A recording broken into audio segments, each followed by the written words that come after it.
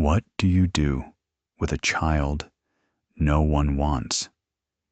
In 1888, in Sevier County, Tennessee, the answer was simple. You put them in the poorhouse, and you forgot about them. The county ledger for that year lists 37 residents of the Sevier County home for the indigent. Most entries are brief: a name, a gender, an age, a reason for admission. Feeble-minded, pauper, aged and infirm, lunatic, orphan. The language is matter-of-fact in the way that bureaucratic language always is when it is describing human beings who have been reduced to administrative problems. Entry number 23 reads, Suttree, Eliza, female, age 14, orphan, no known kin, healthy, literate. That last word, literate, was underlined twice by the poorhouse superintendent, as if it were a warning. Tonight, we are going to tell you a story that doesn't fit neatly into any category we usually work with on this channel. Eliza Suttree was not a ghost. She was not a killer in the conventional sense. She was not a monster born in a holler with violence in her blood. She was something the historical record has a much harder time accounting for. She was a 14-year-old girl who was smarter than every adult around her, who had been failed by every institution that was supposed to protect her, and who decided, with the cold clarity of someone who has run out of other options, to fight her way out of a cage using the only weapons she had been left with. Those weapons were her mind, her tongue, and her absolute willingness to use other people's weaknesses against them. This is not a comfortable story. It is not meant to be. Because the most unsettling thing about Eliza Suttree is not what she did. It is that by the end of this story, you will understand exactly why she did it, and you will not be entirely certain that you would have done differently. The Sevier County home for the indigent sat on a hill at the northern edge of Sevierville, Tennessee, and it had been sitting there, more or less unchanged, since 1851. From a distance, it might have looked almost respectable.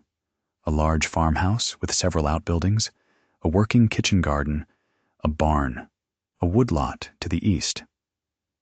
Up close, the illusion failed. The paint had been peeling since before the war. The porch sagged. The windows on the east wing were permanently fogged with the accumulated breath of too many people in too small a space. In winter, the upper dormitories were cold enough that residents could see their own exhalations hanging in the air above their cots. The poorhouse was, in the language of the era, a relief institution. In practice, it was a place where Sevier County disposed of its problems. To understand the world Eliza Suttree lived in, you have to understand what poorhouses actually were in late 19th century America. Not the sanitized version, not the Dickensian caricature, but the grinding, bureaucratic, deeply American reality of them. The poorhouse system in Tennessee, as in most of the country, operated on a principle that social reformers of the era were beginning to call indoor relief, the idea that the poor could be managed more efficiently and at less cost to taxpayers if they were gathered in one place and made to work for their keep. The Sevier County Home for the Indigent operated a working farm of approximately 40 acres. Its residents, regardless of age, infirmity, or mental capacity, were expected to contribute labor in proportion to their ability. This meant that a 60-year-old man with failing eyesight shelled corn alongside a 12-year-old boy who had nowhere else to go. It meant that a woman recovering from childbirth fever was expected back in the laundry within a week because the sheets still needed washing. It meant that children like Eliza Suttree, and there were always children, too many of them, cycling through the system, grew up not in a family or even in an orphanage with dedicated childcare staff, but in an institution designed primarily for adults, governed by the same rules, subject to the same expectations, and given the same level of individual attention, which was to say, almost none at all. The superintendent of the Sevier County Home for the Indigent in 1888 was a man named Horace Blunt. He was 55 years old, a veteran of the late war who had lost 2 fingers on his left hand at Chickamauga and had spent the decades since trying not to think about it. He was not a cruel man. This point bears emphasis because it is tempting and historically common to cast the administrators of poorhouses as villains, as men and women who enjoyed having power over the helpless. Horace Blunt did not enjoy it. He had taken the position because it paid a salary and came with housing, and he had stayed because finding another position at his age, with his limitations, was not something he had the energy to attempt. What Horace Blunt was, more than cruel, was tired. He was a man who had been managing human misery on an inadequate budget for 11 years, who had watched the county commissioners cut his operating funds every year while simultaneously criticizing the conditions of his institution, who had buried residents in the poorhouse cemetery because he could not afford a doctor in time, and who had developed, over those 11 years, a professional numbness that allowed him to keep functioning. He processed people the way a mill processes grain, efficiently, without waste, without particular concern for the individual kernel. He had underlined literate in Eliza Suttree's admission record because literate residents were useful. They could help with the bookkeeping. They could read correspondence. They could sometimes be recommended to citizens looking for household help, which was one of the primary ways residents were discharged from county care. Literacy was an asset in the purely economic sense. He had not considered it a warning. Not yet. It is the 3rd of October, 1888. The harvest has been pulled in. The kitchen garden has been put to bed. The woodlot crew spent the last week of September splitting and stacking cords of firewood, and the smell of pine resin still hangs over the poorhouse yard. In dormitory B, the larger of the 2 women's sleeping rooms, which also houses female residents under the age of 18, because there is no separate accommodation for children. 14-year-old Eliza Suttree is awake at 2 in the morning. She is always awake at 2 in the morning. The candle she's using is a stub she stole from the chapel 3 days ago, and she has rationed it carefully, burning it only when the dormitory is quiet enough that she can be sure no one will notice the light. The room holds 11 women tonight. 8 of them are asleep.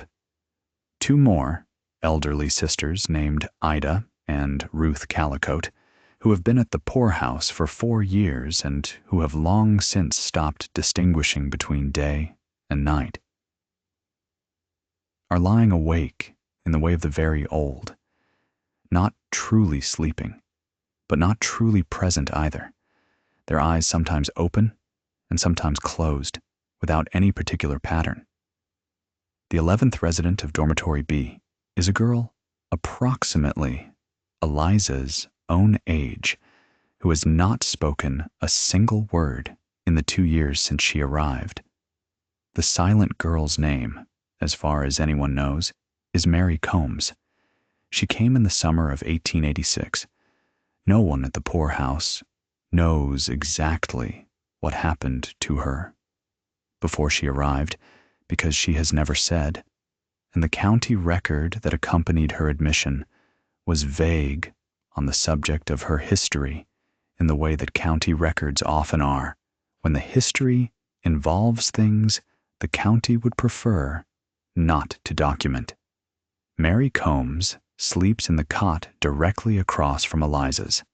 In the faint light of the stolen candle, Eliza can see the outline of her, curled on her side, facing the wall, the way she always sleeps, turned away from the room as if she is in a conversation with the plaster that she finds more interesting than anything happening on this side. Eliza has never found Mary unnerving. She finds her practical. A girl who does not talk is a girl who cannot report what she sees, and Mary sees everything. Eliza knows this. She has watched Mary watch her.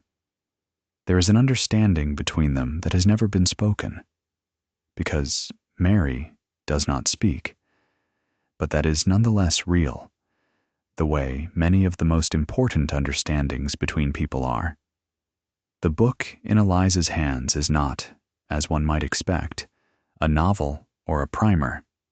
It is a copy of the Tennessee Code of 1858, annotated in the margins in a hand that is not Eliza's, which she took from the third shelf of the superintendent's office bookcase approximately 6 weeks ago, replacing it with a similarly sized Bible, so that the gap would not be obvious.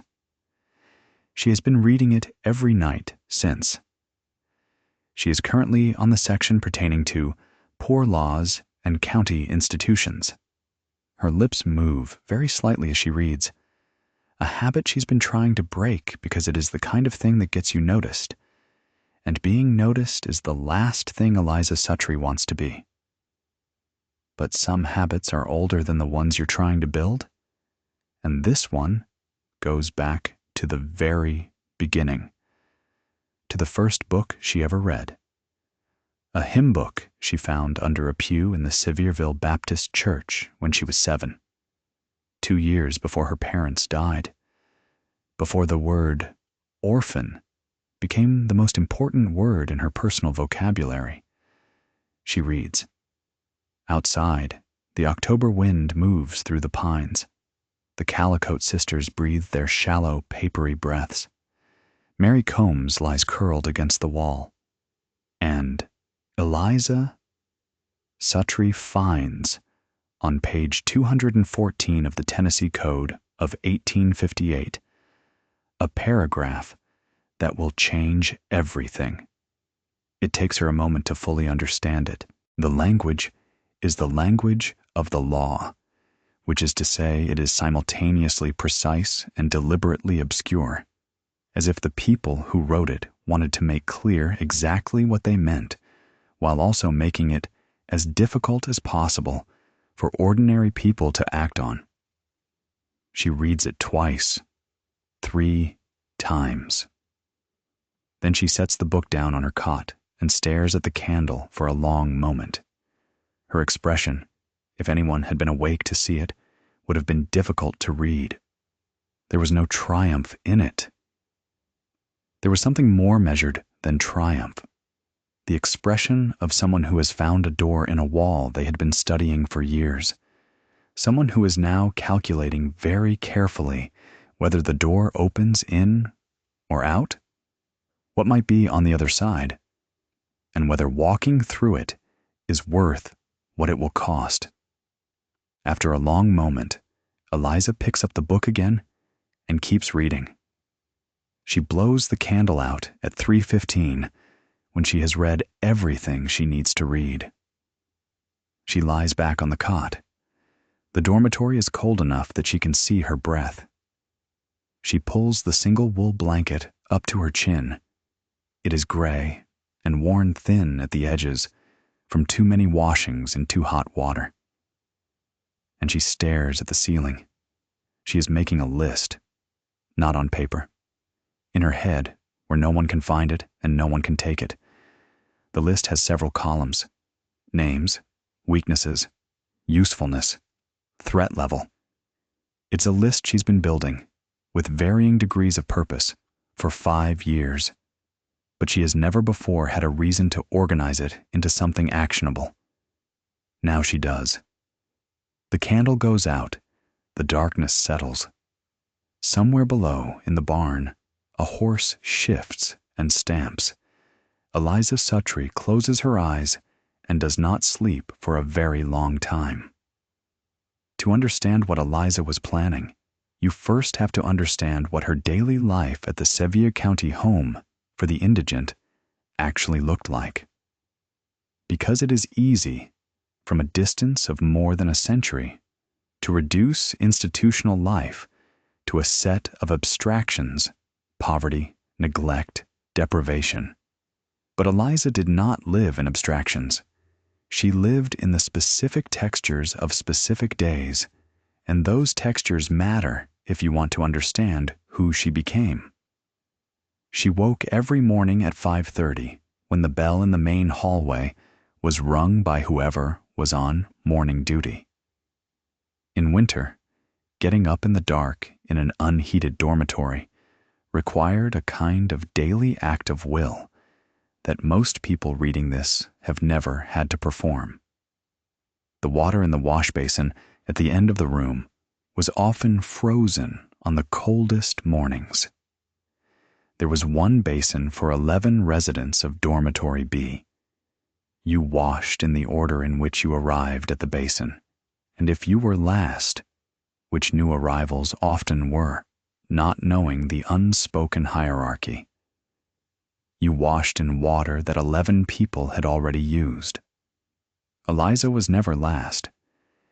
She had established, through a combination of strategic positioning and the subtle social pressure that she exercised without anyone quite realizing she was exercising it, a place near the middle of the morning wash order. Not first. First meant you were trying too hard, meant you were the kind of person who woke up eager. And eagerness was not an asset in an institution like this. It was a signal that you could be exploited.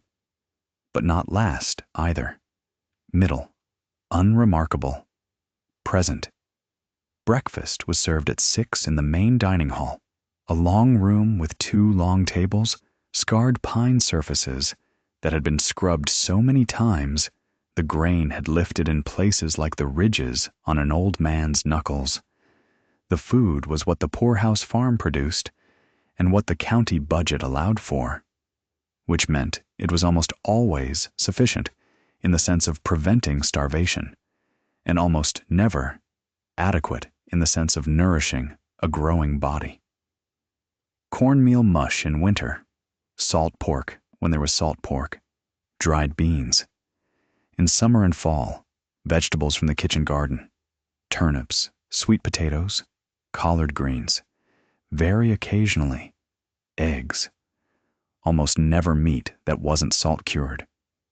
The person who controlled food distribution at the Sevier County Home for the Indigent was not Superintendent Blunt, though technically he was in charge of everything. It was a man named Mackenzie Old Mac Pollard, who had been a resident of the institution for 9 years and who had, through a combination of seniority, physical presence, and an instinctive understanding of institutional power, made himself indispensable to the kitchen operation. Old Mac was in his mid-60s, large-framed even in his diminishment, with hands like shovels, and eyes the color of old tin. He had come to the poorhouse after his farm failed, and his wife died, and his children, 3 of them, scattered across the state, had declined to take him in. He did not discuss this history. He discussed very little, preferring instead to communicate through the allocation of food, which he understood to be the purest and most direct language available to him in this context.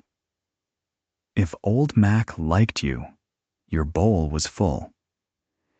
If Old Mac didn't like you, your bowl was not. The superintendent either did not notice this system or did not care enough to disrupt it. And so for 9 years, old Mac had run the dining hall of the Sevier County Home for the Indigent with the quiet authority of a man who understands that hunger is the most reliable enforcer in any institution.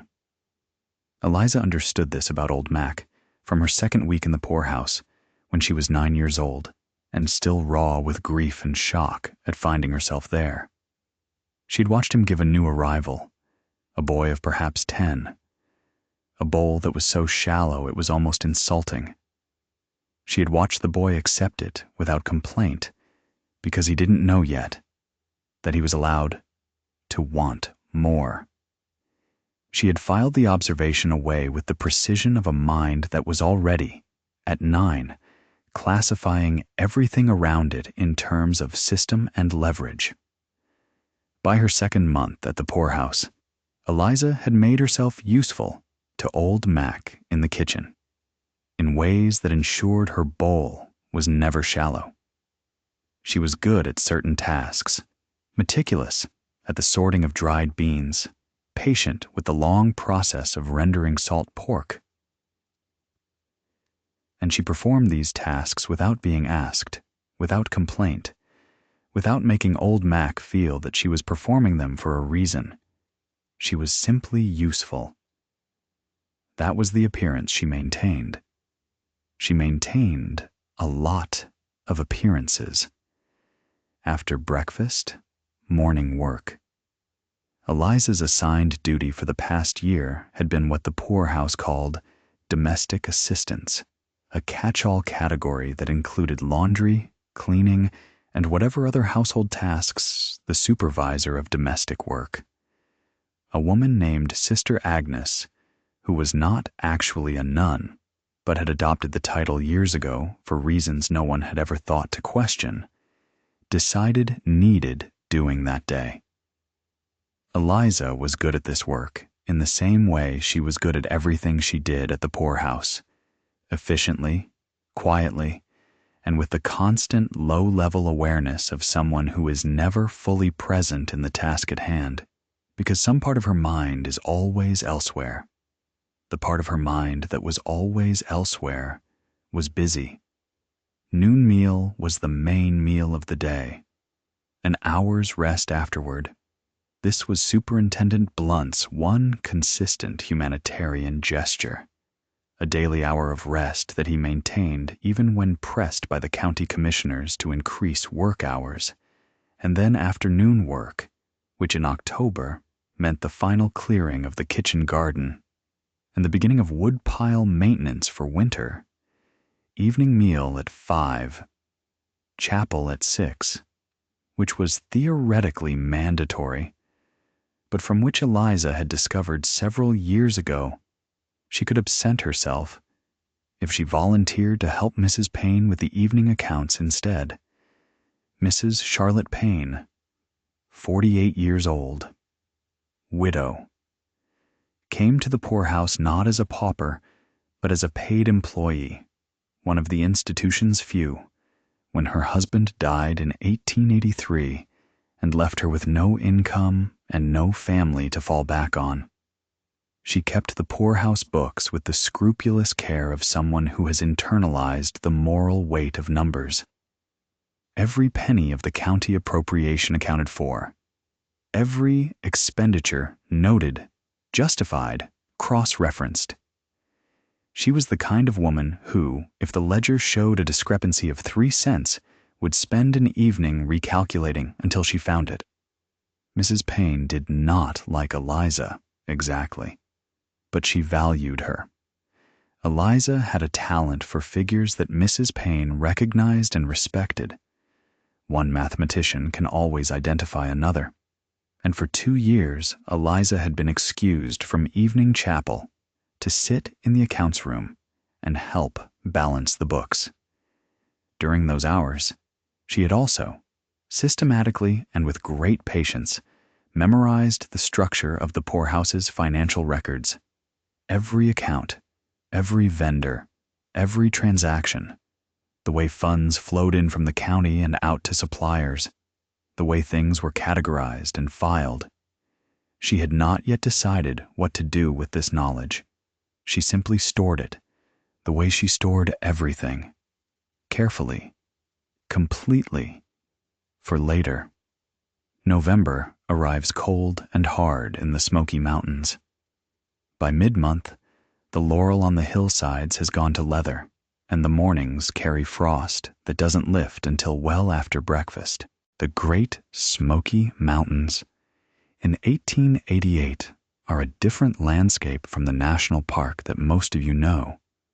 Wilder, more densely populated in the valleys by subsistence farmers who have been working these ridges and hollows for 5 and 6 generations, more deeply insular, operating by an unwritten code of community self-sufficiency that has both sustained mountain families through extraordinary hardship and also, when it fails, when crops fail, when sickness comes, when a man dies and leaves children behind, left those who fall through the cracks to fall very far indeed.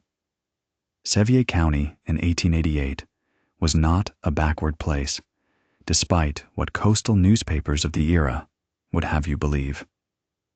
Sevierville was a real town with a courthouse, several churches, a hotel, general stores, a newspaper. The population of the county was approximately 12,000. There were lawyers and doctors and merchants and school teachers and county officials who took their civic responsibilities seriously, more or less. The county poorhouse was not a secret. It was a public institution, funded by public money, visited periodically by county commissioners and church ladies, and the occasional reformer passing through on a mission to document conditions in rural southern institutions. It is into this world that a new person arrives on a cold Tuesday in November, when the ground is hard and the sky is the color of old pewter. He comes in a county wagon with 2 other new arrivals, an old woman who is already sick and won't last the winter, and a young man of 20 or so, with the blank, shattered expression of someone who has been broken recently and hasn't yet decided what to do about it. But the person Eliza notices is the third, a boy of 12, slight and brown-haired, with ears that are slightly too large for his face, and eyes that are trying very hard to take everything in and not show how frightened they are.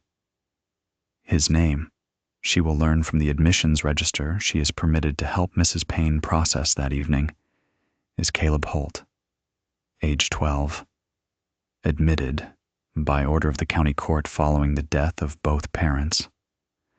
Father killed in a mining accident at the Embreeville copper mines in Carter County 6 weeks ago. Mother dead of fever a week after that. No siblings, no relatives willing or able to take custody, no material assets. Eliza reads his entry in the ledger with the same careful expression she brings to everything. She notes the details. She files them. But something else happens too. Something she does not file, exactly, because it catches her slightly off guard. The boy at dinner. He sits at the end of the table, alone, because he doesn't know where he's supposed to sit, and no one has told him. Has the particular quality of aloneness that she recognizes from the inside. Not just the social isolation of a newcomer, something older and deeper than that. The aloneness of someone who has recently had a family, and now doesn't, and who keeps reaching, mentally, for something that is no longer there. She knows what that feels like. She knows it precisely. She picks up her bowl and moves to the end of the table and sits down across from him. He looks up. His eyes are wary, which is good. Wariness means he's thinking. Wariness means he can be taught. "You're in the wrong dormitory," she says by way of greeting. "Boys' side is the north wing. If you go to the south wing..." Old Mac will think you're trying to steal from the storeroom, and that's a fast way to get your bowl filled last for the next month. He stares at her. How do you know I went to the south wing? Because everyone goes to the south wing first. It's where the light is. She gestures with her spoon. Eat that before it gets cold. It's worse cold. His name, he tells her, is Caleb. He is from Carter County. He has been in Sevier County for 2 weeks, staying first in the courthouse while the legal arrangements were worked out. Then in this wagon all day. He has not cried since his mother died. He says this last part without looking at her, staring at the mush in his bowl, and she understands that he is telling her this not as boasting, but as a kind of confession. He does not know what it means that he has not cried. It means you're still in shock, Eliza says, matter-of-factly. That's fine. It'll come. When it does, do it at night, in the dormitory, after lights out. Nobody judges you for what they can't see. He looks at her with the expression of someone who has just had something important and unexpected said to them. Did someone tell you that, or did you figure it out? Figured it out, she says. There is a pause. How long have you been here? He asks. 5 years. Since you were 9? Since I was 9. Oh. He is quiet for a moment. Then, does it get easier? She considers this with the seriousness it deserves. It would be easy to lie, to tell him yes. It gets easier to tell him the thing that would make him feel better right now. She notices the impulse, and she does not dismiss it entirely, but she files it alongside the more useful truth. It gets more familiar, she says finally. That's not the same thing, but it's something. He nods. He eats his mush. She watches him from across the table, and the part of her mind that is always elsewhere is already, quietly, adding a new column to the list.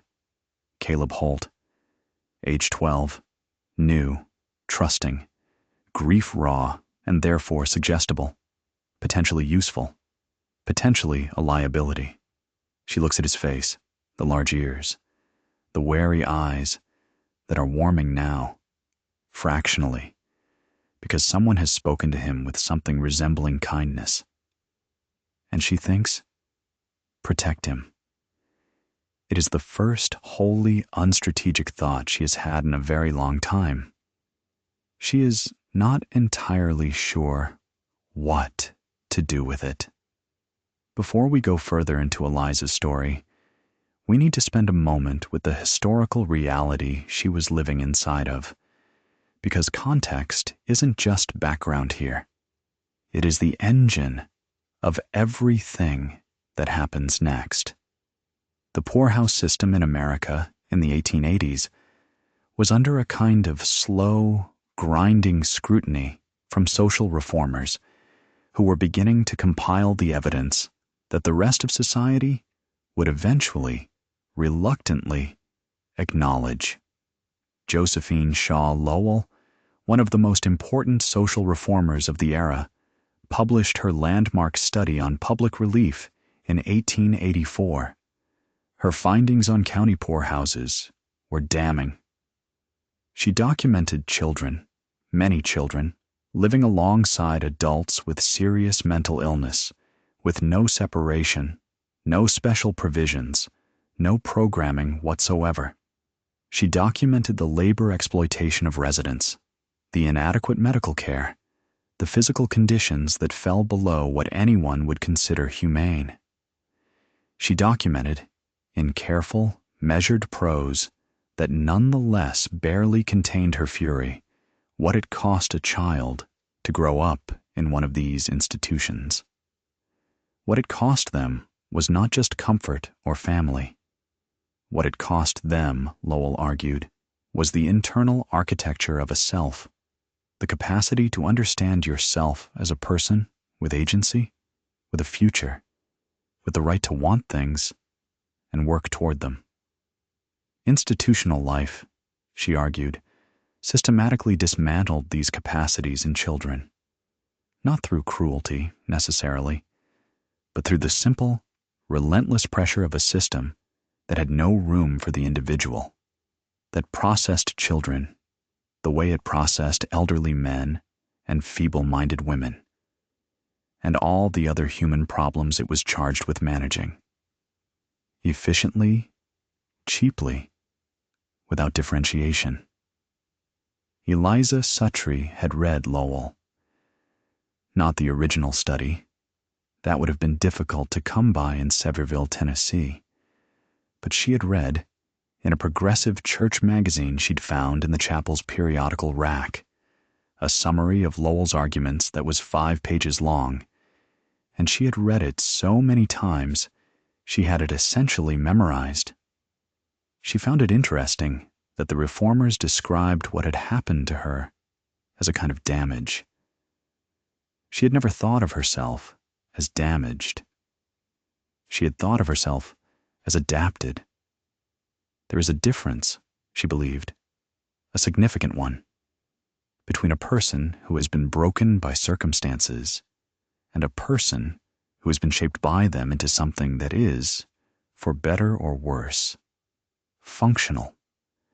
A knife is not damaged by being sharpened.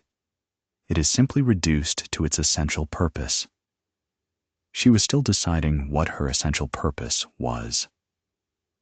The Children's Aid Society, founded by Charles Loring Brace in New York in 1853, had, by the 1880s, been running its famous orphan trains for 3 decades, shipping children from the crowded, disease-ridden streets of eastern cities out to Midwestern farms, where, theoretically, they would find families and opportunities. The trains ran as far south as parts of Tennessee. The Sevier County Home for the Indigent had never participated in the program. Superintendent Blunt had applied once, in 1879. But the Children's Aid Society had declined to include a county with fewer than 50 orphan residents in its placement circuit. But Eliza knew about it. She had read about it in the same church magazines. She had read about children who had been taken off those trains and placed with families, some of whom had genuinely found homes, some of whom had been used as cheap farm labor and given nothing else, and some of whom had simply vanished into the vast, unmonitored American interior. She was not interested in the orphan trains. She did not want to be placed with a family. She did not trust the concept of family as an institution any more than she trusted poorhouses. She had a clearer vision of what she wanted. What she wanted was to get herself out of this institution and into a position where the primary decisions affecting her life were made by her. The paragraph she had found in the Tennessee Code of 1858 told her that this was, legally speaking, possible. Section 14, Article 3 of the County Institutions Chapter. Any resident of a county home who shall demonstrate, to the satisfaction of the institution superintendent and a county judge, the capacity for self-sufficiency, and who shall procure the sponsorship of a citizen of good standing in the county, may petition for release from county care. Said petition to be reviewed by the Court of Common Pleas at the next available session. Capacity for self-sufficiency. Sponsorship of a citizen of good standing. Petition to the court. 3 requirements, 3 obstacles. And Eliza, lying on her cot in the dark, had already begun to think about how to clear each one. The first was the least complicated. She had been demonstrating capacity for self-sufficiency for 5 years. She could read, write, figure accounts, manage domestic work, and operate in a variety of social situations with a composure that was, for a 14-year-old orphan, remarkable. The superintendent knew this. He would not object to that aspect of a petition. If anything, he would welcome the opportunity to discharge her. One fewer resident was one fewer drain on the budget. The second requirement, a sponsor, was harder. A citizen of good standing, someone with status in the community, someone whose vouching would carry weight with the county judge, someone who would be willing to take legal responsibility for a 14-year-old girl with no family, no money, and no prospects. Someone, in other words, who would need to be convinced that Eliza Suttree was worth their social capital. She was already working on that. The third requirement was the petition itself, which required proper legal documentation, which required Mrs. Payne's cooperation with the records, which was complicated. Because Mrs. Payne did not want to lose her best accounting assistant, and Mrs. Payne, as keeper of the institution's books, had considerable informal power over what records were and were not processed promptly. A petition could be misfiled. A petition could wait 6 months for the next court session. A petition could be accompanied by a note from the institution bookkeeper, suggesting that the resident in question was not, in fact, demonstrating the self-sufficiency the petition claimed. Mrs. Payne would not do these things out of malice.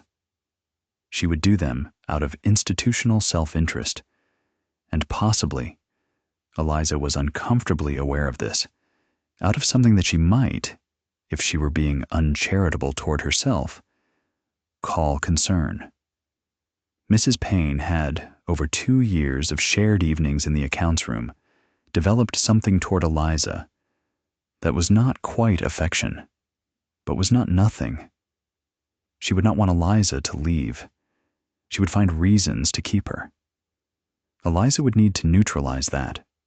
She had ideas about how. She did not like the ideas. This was something she noted and set aside, the way you set aside a tool you don't enjoy using, but know you will need. December arrives, then January, then February, which in the Smoky Mountains can be either brutally cold or deceptively mild, or most often both within the same week. Warm enough in the afternoons to make you think spring is coming, cold enough at night to remind you that it isn't. The poorhouse settles into its winter rhythms. More time indoors, less work in the fields, more tension in the cramped spaces, more coughing. The old woman who came in November with Caleb dies on the 14th of January, quietly, in the night. She is buried in the poorhouse cemetery the next morning, in a corner of the wood lot where the ground is slightly easier to work. Superintendent Blunt reads from the Psalms. The residents who attend, about half of them, because the other half have learned that attendance at poorhouse funerals costs more emotionally than it gives, stand in the cold in their best available clothing, and then go back inside. Eliza attends all the funerals. She always has. Not out of piety, and not entirely out of strategy, though strategy is part of it. Superintendent Blunt notices who attends, and residents who demonstrate what he interprets as community feeling are regarded more favorably. She attends because she finds funerals clarifying. They remind her of what the alternative to her plan looks like. The alternative is dying in this institution, in one of these dormitory beds, with the accounts room books as the nearest thing she has to a legacy. She is 14 years old. The alternative is not acceptable. The groundwork begins in earnest in February. The first pillar of her plan is the minister, Reverend Asa McMillan. is the pastor of the First Presbyterian Church of Sevierville, a congregation of approximately 140 souls, which makes it the third largest congregation in the county. He is in his mid-50s, a Georgia-born man who came to Sevier County in 1872 following the death of his first wife, and who has been here ever since, marrying into the community. His second wife, Eula, is the daughter of a prosperous Sevierville merchant, and settling into the particular comfortable authority of a minister who has served the same congregation for 16 years and is well regarded by everyone in it. Reverend McMillan visits the poorhouse on the first Sunday of every month. He brings a small donation from his congregation, usually food, occasionally clothing, and he leads a prayer service in the dining hall. His sermons on these visits are shorter than his Sunday sermons, adjusted for his audience, and they are fine in the way that adequate workmanship is fine. He is not a bad man. He is a man whose convictions are genuine, but whose imagination, his capacity to truly inhabit the perspective of someone whose circumstances are radically different from his own, has certain limits. He has been visiting the poorhouse for 6 years. In those 6 years, he has noticed Eliza Suttree in the way that one notices a recurring detail in a landscape, as a feature that is simply there, that has always been there. She is the girl who sits in the third row during prayer service and mouths the hymn words. She is the girl who sometimes helps set up the chairs. She is a fixture, unremarkable in the way that institutional children tend to become unremarkable to the people who visit institutions without truly looking. On the first Sunday of February, 1889, Reverend McMillan's sermon is on the subject of faith as a lamp in darkness, a theme he has used before, in slightly different form, because he recycles his better illustrations. As he delivers it, Eliza, sitting in the third row, as always, notices 3 things: that his metaphor of the lamp breaks down in the second paragraph because he conflates the lamp with the light source rather than the vessel, that he has a verbal tic, a slight hesitation before key theological terms that suggests he is not entirely confident in his own formulations, and that the sermon, overall, is about 40% weaker than it could be if someone helped him restructure the argument. After the service, she approaches him. "Reverend McMillan," she says, "this is not unprecedented. Residents sometimes speak with visiting ministers, but she times it precisely, catching him before he is surrounded by other residents seeking pastoral attention." Child. He turns to her with the benevolent distraction of a man with several things still on his mind. "Your sermon was very beautiful," she says. She says this because it is not too obviously false. The sermon was not ugly, and because it is the expected opening, and the expected opening puts him at ease. I've been thinking about the lamp metaphor. I read something last week that might be useful, if you're interested. He focuses on her now, properly, for the first time. "What did you read?" She quotes, from memory, 3 lines from Augustine's Confessions, a text she found in the superintendent's bookcase and has read twice. She does not tell him it is Augustine. She presents it as something she encountered, as if she has simply absorbed it the way literate people absorb things, casually, without particular effort. He stares at her. He asks, "Where did you read Augustine?" And just like that, she has his full attention. This is the mechanism she has identified. Reverend McMillan is a man who values intellectual accomplishment. He went to seminary. He is proud of his education in a quiet way that never quite disappears, no matter how long he's been in a rural parish. Finding Augustine in a county poorhouse, in the mouth of a 14-year-old orphan girl, is the kind of thing that strikes him as remarkable, as potentially providential, as a story. People who have comfortable lives are always looking for stories.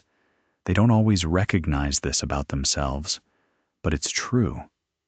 A remarkable child in difficult circumstances is exactly the kind of story that makes a comfortable person feel that their values, charity, education, Christian responsibility, are connected to real things in the world. It makes them feel useful. It makes them feel that their presence in the world is meaningful. Eliza is not cynical about this. She is clear-eyed about it, which is different. She does not despise Reverend McMillan for having this need. She simply acknowledges it and uses it. Over the next 3 months, she cultivates the relationship with the careful patience of someone who knows that cultivation takes time. She does not ask for anything. She never asks for anything. Asking is the wrong move, because it makes the other person feel that they are being used. And even when they are being used, people prefer not to feel it. Instead, she makes herself useful. She reads the scripture passages he assigns for the following Sunday and offers observations during his next visit. She asks questions about theology that are genuine questions. She is genuinely curious about the texts she reads, and their conversations become, over time, the most intellectually stimulating part of Reverend McMillan's monthly circuit. He begins to bring her books. She receives them with appropriate gratitude and reads them overnight. He begins to consult her about sermon structure. She makes suggestions with care, never too directly, always framed as questions rather than corrections. And his sermons improve. By April, he is speaking of her to his wife. Eliza knows this because Mrs. McMillan, Eula, accompanies her husband on the first Sunday visit in April, and when she is introduced to Eliza, there is already familiarity in her eyes. She has heard about this child. She is here, at least in part, to see her.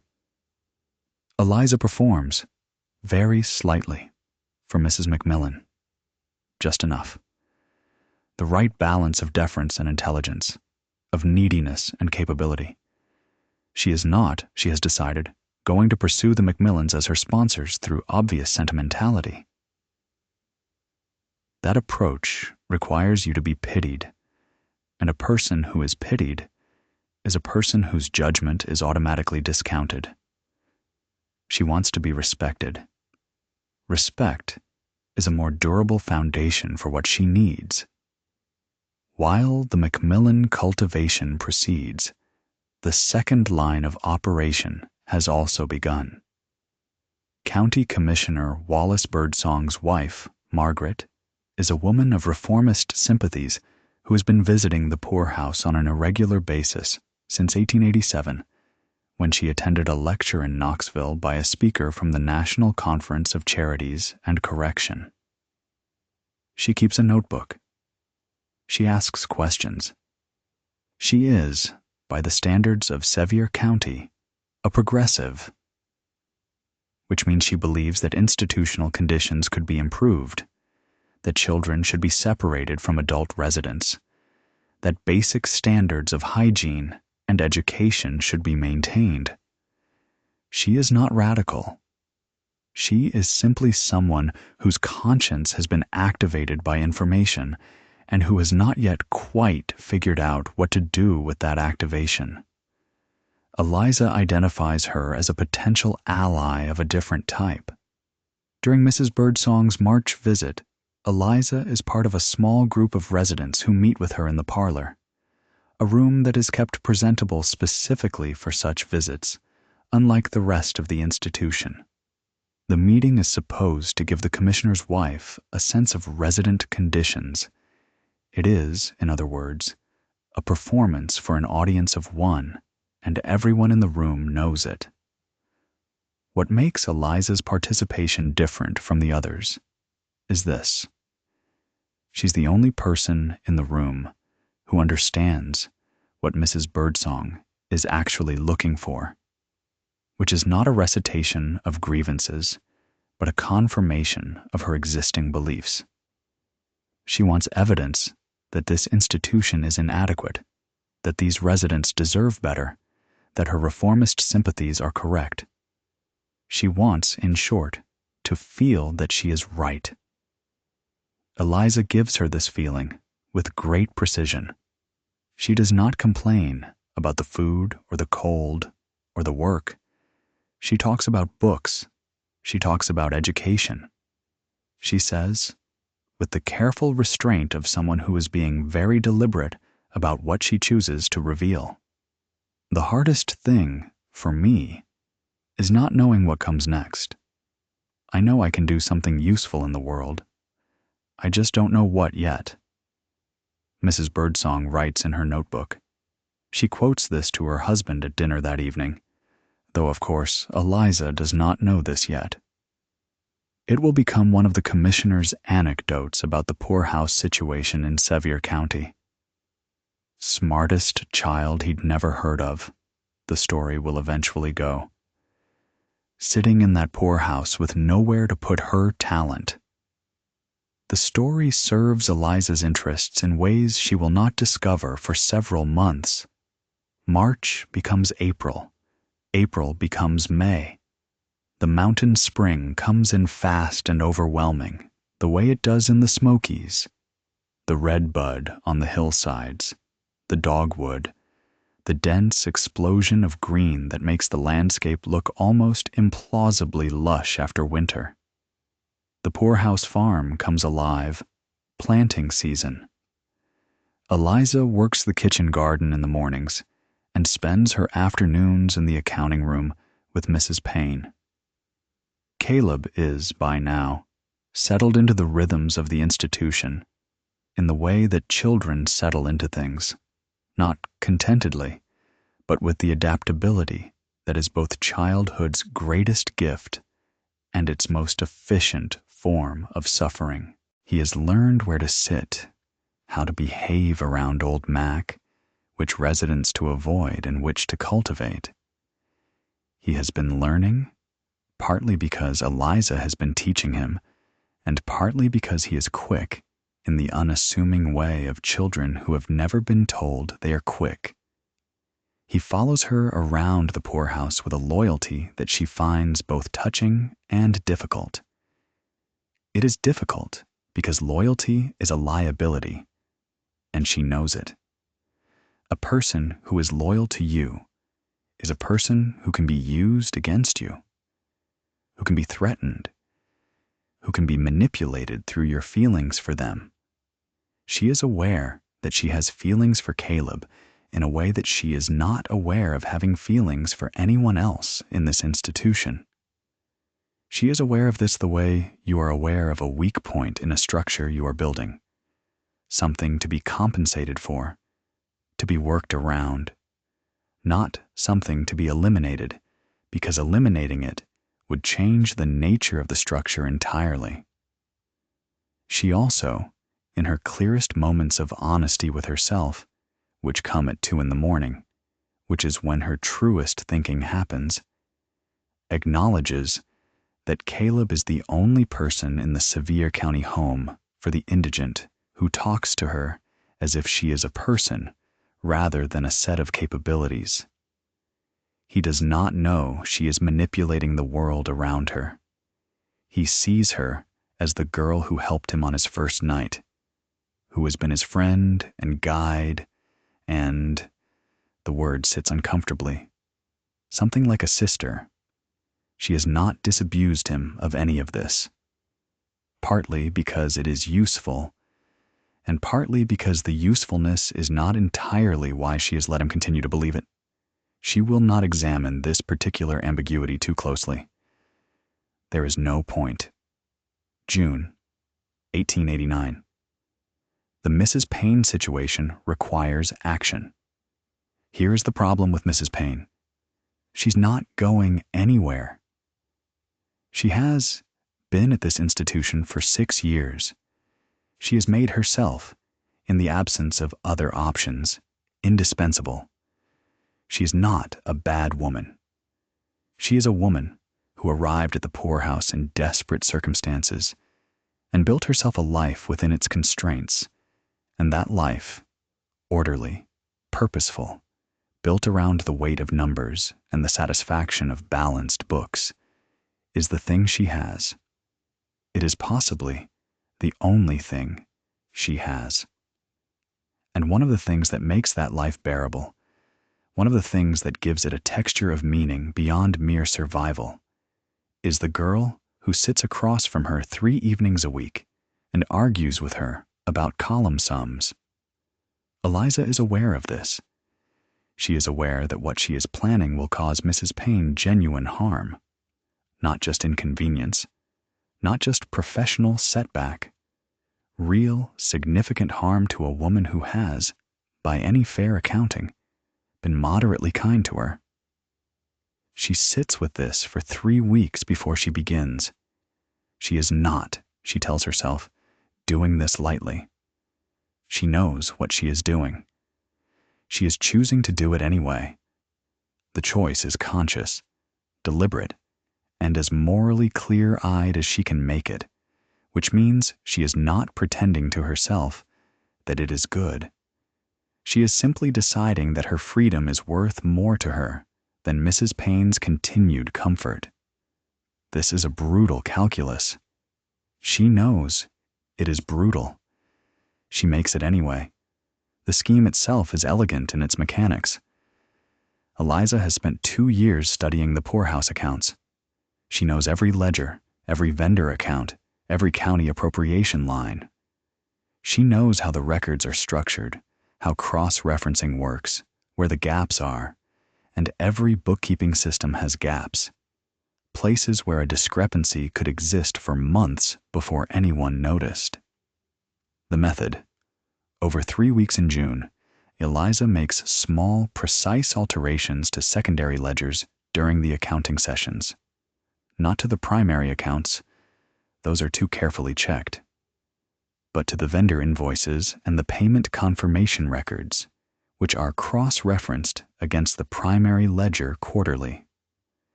She introduces a series of discrepancies, small enough to be attributable to arithmetic error, numerous enough to suggest a pattern that, when viewed together, could be interpreted as evidence of systematic misallocation of funds. In other words, embezzlement. She does not forge Mrs. Payne's signature. She does not need to. She simply makes it look as though the funds are going to a source that, upon investigation, does not exist.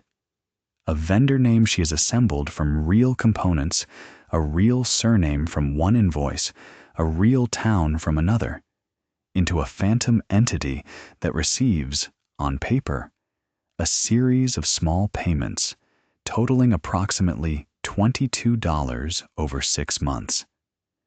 $22 was a significant sum in 1889 Tennessee. She does this with a steadiness that frightens her slightly, not because she doubts the decision. She has made the decision, and she stands behind it with the cold certainty of someone who cannot afford to revisit their choices. But because she is 14 years old, and she is framing an innocent woman, and even with all the armor she has built around herself over 5 years, she can feel, through that armor, something that she does not have a clean word for. Not guilt exactly. Something more like the awareness of guilt. The recognition that this is the kind of act that marks a person. that changes the shape of who they are in ways that can't be undone. She does it anyway. She does it because the alternative, remaining in this institution for another 4 years, until she is 18 and theoretically of age, watching herself become smaller and more institutional and less like a person and more like a function, is not acceptable. She does it because Mrs. Payne has options that Eliza does not have. Mrs. Payne is a free woman. She can leave this institution. She will land somewhere. It will be hard, but she will land somewhere. Eliza cannot land anywhere because the system will not let her until it decides she is ready, which it has shown no signs of deciding on any schedule that matches her needs. She does it, and she hates herself for it in the exact precise amount. And then she puts the self-hatred in the same place she puts everything she can't afford to look at directly, and she moves on. The discovery of the discrepancies happens in mid-July at the quarterly accounting review, exactly when Eliza has calculated it would. Superintendent Blunt reviews the accounts with Mrs. Payne and finds the irregularities. He is confused. He brings in the county auditor, who takes 2 days and produces a report. The report, inevitably, focuses on the person who has been maintaining the accounts. The person who has been maintaining the accounts is Mrs. Payne. Eliza is not in the room for any of this. She learns what happens from the patterns of behavior she observes around her. The closed doors, the hushed conversations, Mrs. Payne's face in the dining hall going from its usual composed reserve to something tight and frightened. She learns it from Caleb, who is better than she expected at picking up hallway conversations, and who comes to tell her what he's heard, with the worried expression of someone who doesn't quite understand why he's worried. Mrs. Payne's in trouble, he says, finding her in the kitchen garden one afternoon. I heard Mr. Blunt talking to the county man. They think she took money. That's a serious thing, Eliza says. She is weeding. She does not look up. Did she do it? Caleb asks. Eliza pulls a clump of lamb's quarter from around a bean plant. I don't know, she says. This is technically true. She does not know whether Mrs. Payne has, in some other context, been involved in financial irregularities. She only knows what she herself introduced into the records. She has become careful about the exact perimeter of what she knows. I hope she didn't, Caleb says. He pauses. She was always decent to you, wasn't she? She was, Eliza says. There is a brief silence. The bean plants move in a warm July breeze. Will she have to go away? He asks. Probably. Eliza sits back on her heels and looks up at him. His face is worried and open and young, in a way that still sometimes stops her, still sometimes catches at something behind the armor. Caleb, there are things that happen here that are not fair. You know that already. When they happen, you don't have to understand why. You just have to figure out what you do next. He nods slowly. He trusts her completely. This is the most frightening thing about him. Mrs. Payne is transferred to the Hamilton County Poorhouse in Chattanooga in the second week of August. She leaves on a Tuesday, in the same county wagon that brought Caleb. She does not look like the same woman who arrived at the Sevier County home for the indigent as a paid employee in 1883. She looks like a woman who has been accused of something she did not do, and who has not been able to prove her innocence, which is a particular and terrible kind of exhaustion.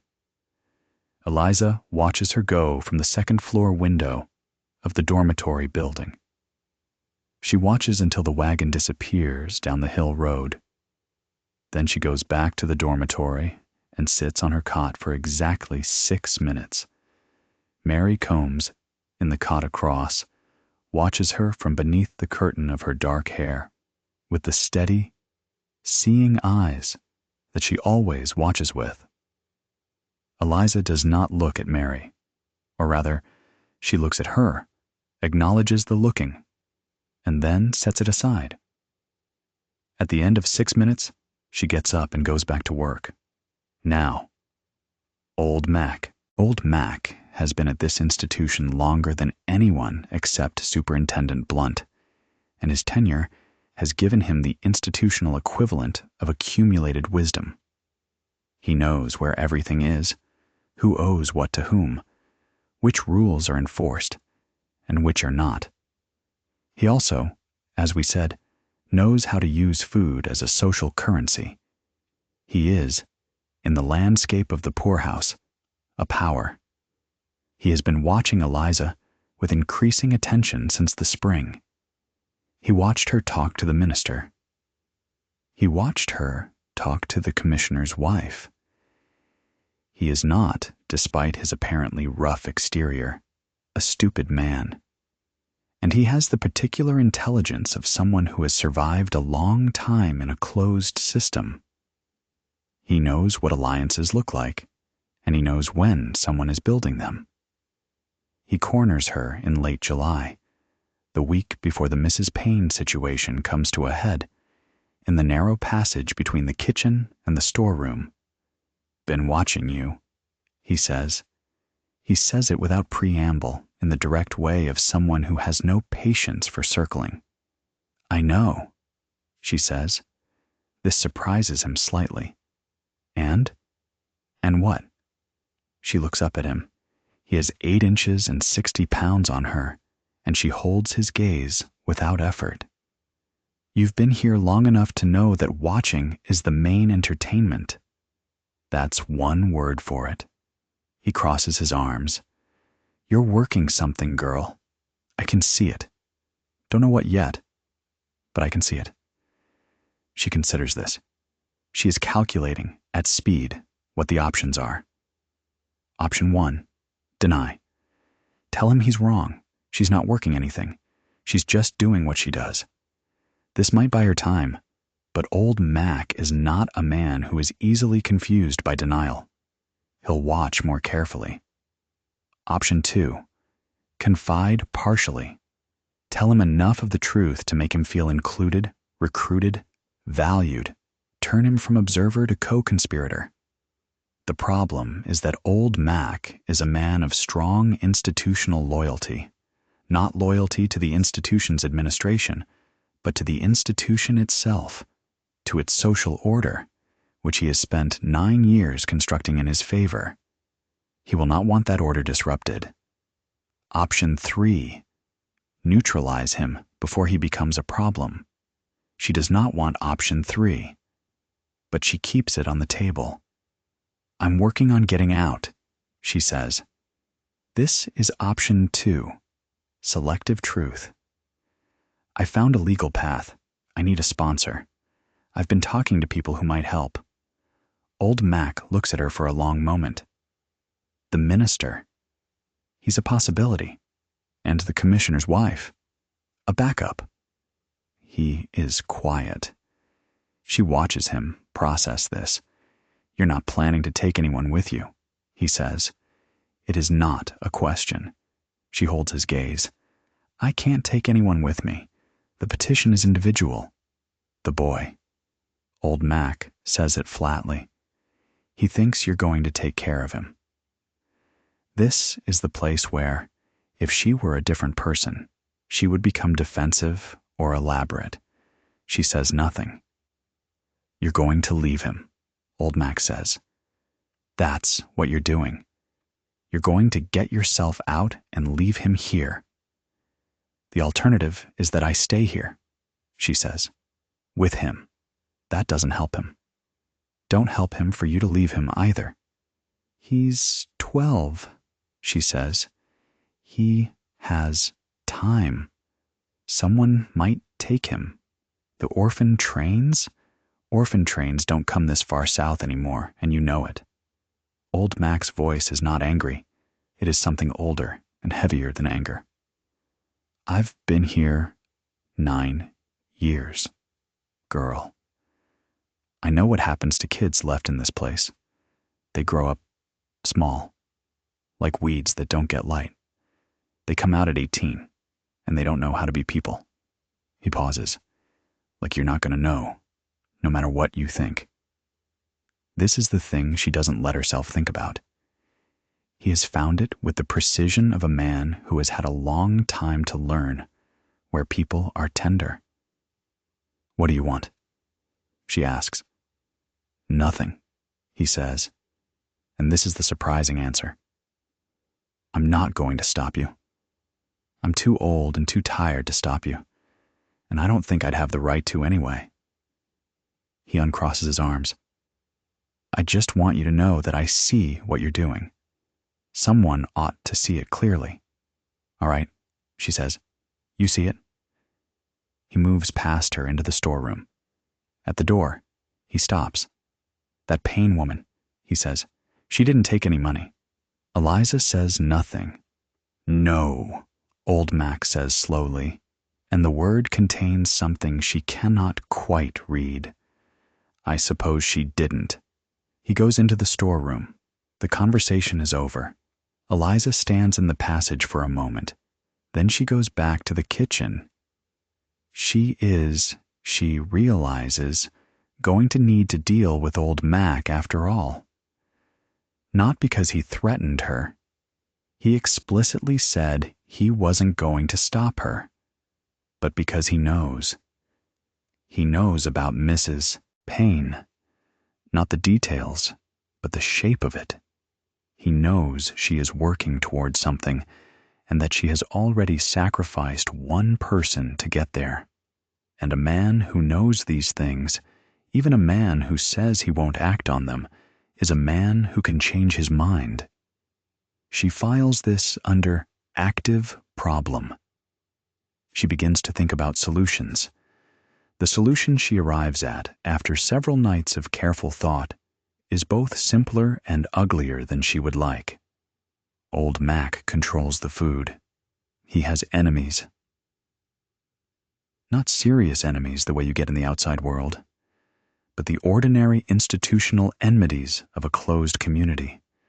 Resentments over how the bowls are filled, old slights remembered, grievances maintained through sheer proximity. There is a man named Jessup, 53, who has been at the poorhouse for 4 years, and who nurses a specific, long-standing anger at old Mac over a bowl-filling incident from his first month that he's never forgiven. Eliza, over the course of 2 weeks, says certain things to Jessup. Nothing overt. Nothing that couldn't be attributed to simple observation. She mentions, in his presence, that she's noticed old Mac's allocation system seems to favor people who do him favors. She mentions a specific instance, real because she only uses real instances, where Jessup himself received a shallow bowl after old Mac thought he'd taken more than his share from the root cellar. She does not tell Jessup to do anything. She simply adds information, carefully calibrated information, to a situation that is already volatile.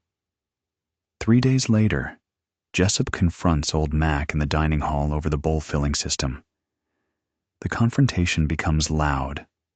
Blows are exchanged.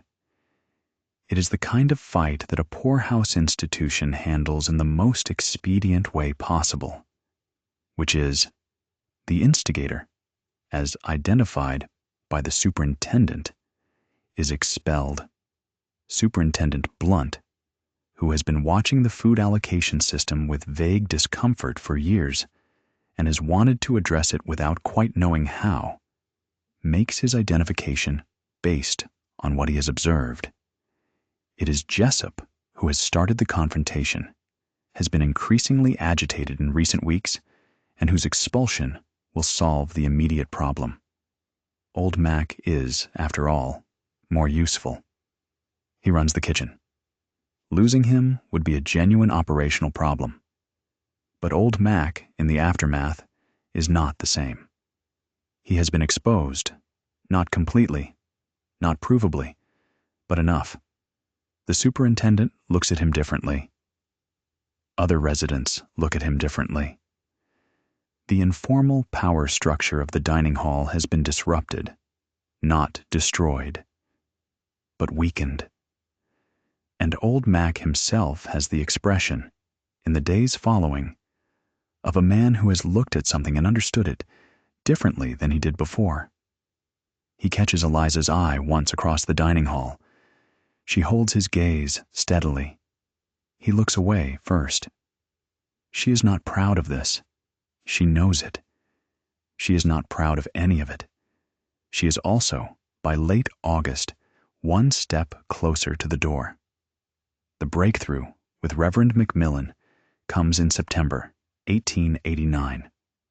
He arrives on the first Sunday of the month with 3 books for her: a volume of essays by Emerson, a history of the Tennessee Mountains, and a pamphlet from the International Sunday School Association about methods of biblical instruction for young people. He hands them to her with the expression he has been developing over the past months. The expression of a man who has found something that confirms his beliefs about the world, that tells him the things he wants to believe about providence and the hidden gifts of the humble. Eliza receives them with genuine gratitude, which makes it easier. They talk for almost an hour about the books he's brought, about the upcoming county fair, about a family in his congregation who has recently been through difficulty. He talks about them with pastoral concern, and she listens with the kind of attention that makes people feel truly heard, which they so rarely are. She asks the right questions. She remembers things he's mentioned before, small things, details, and references them naturally in ways that make him feel that she cares about his life, his work, his concerns, which she does genuinely in the same complicated way she genuinely likes Caleb. People are interesting to her.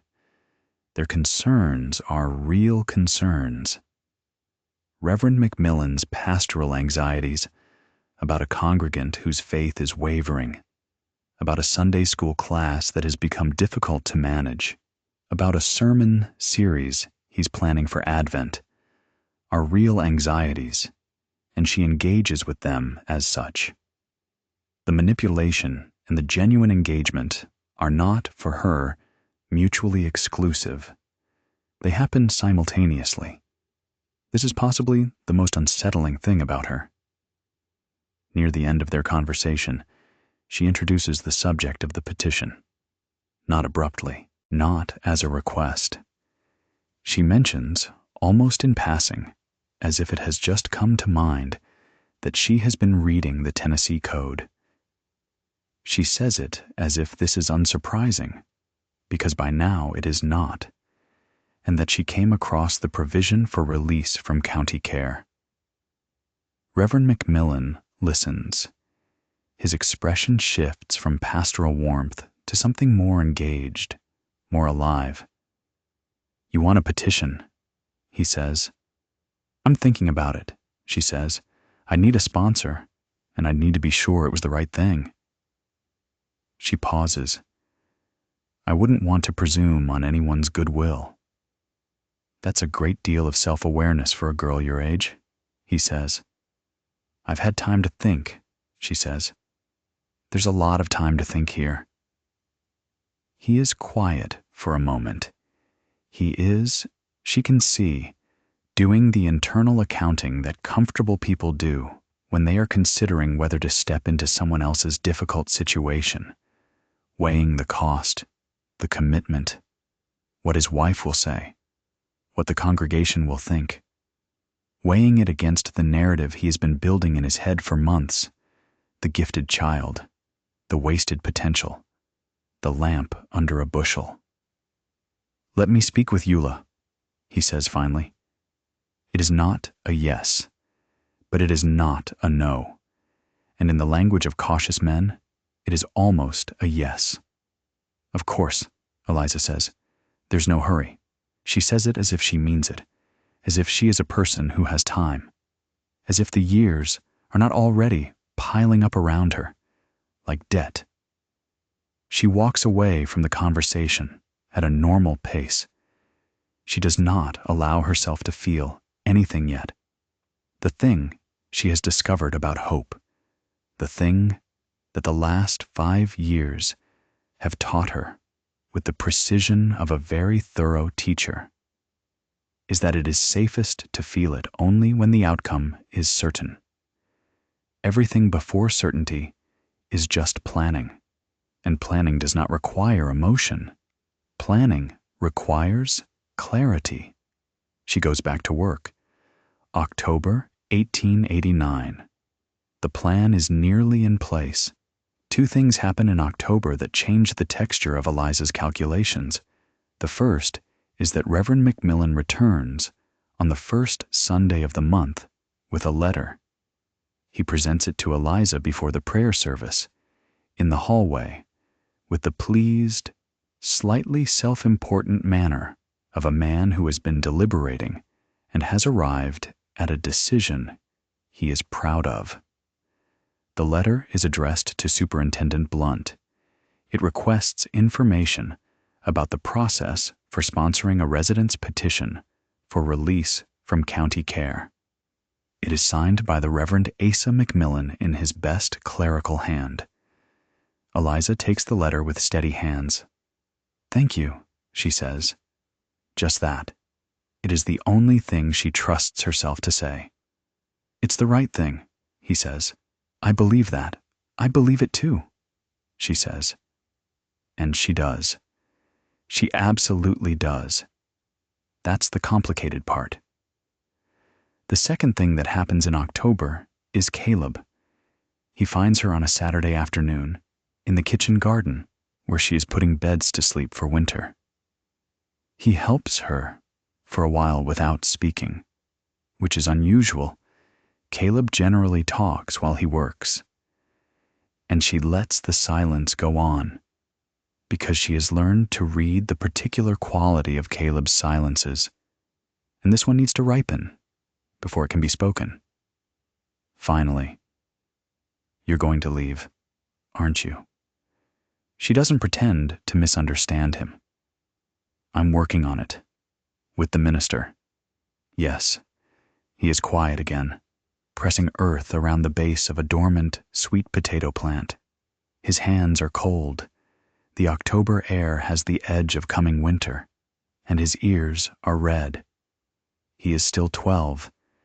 In some lights, in some moments, she forgets that she is only 2 years older, because the gap between them is not 2 years, but something more like a lifetime of different kinds of suffering. "When?" he asks. "I don't know exactly. The petition has to go to the court. It depends on when the next session is." She hesitates. Then, "Spring, maybe?" "Spring," he repeats. He looks at the earth under his hands. "Are you going to take me?" She has been preparing for this question for 6 months. She has prepared the answer, the real answer, the honest one. And she has prepared the feeling that comes with giving it, which is not nothing, which is something that costs her.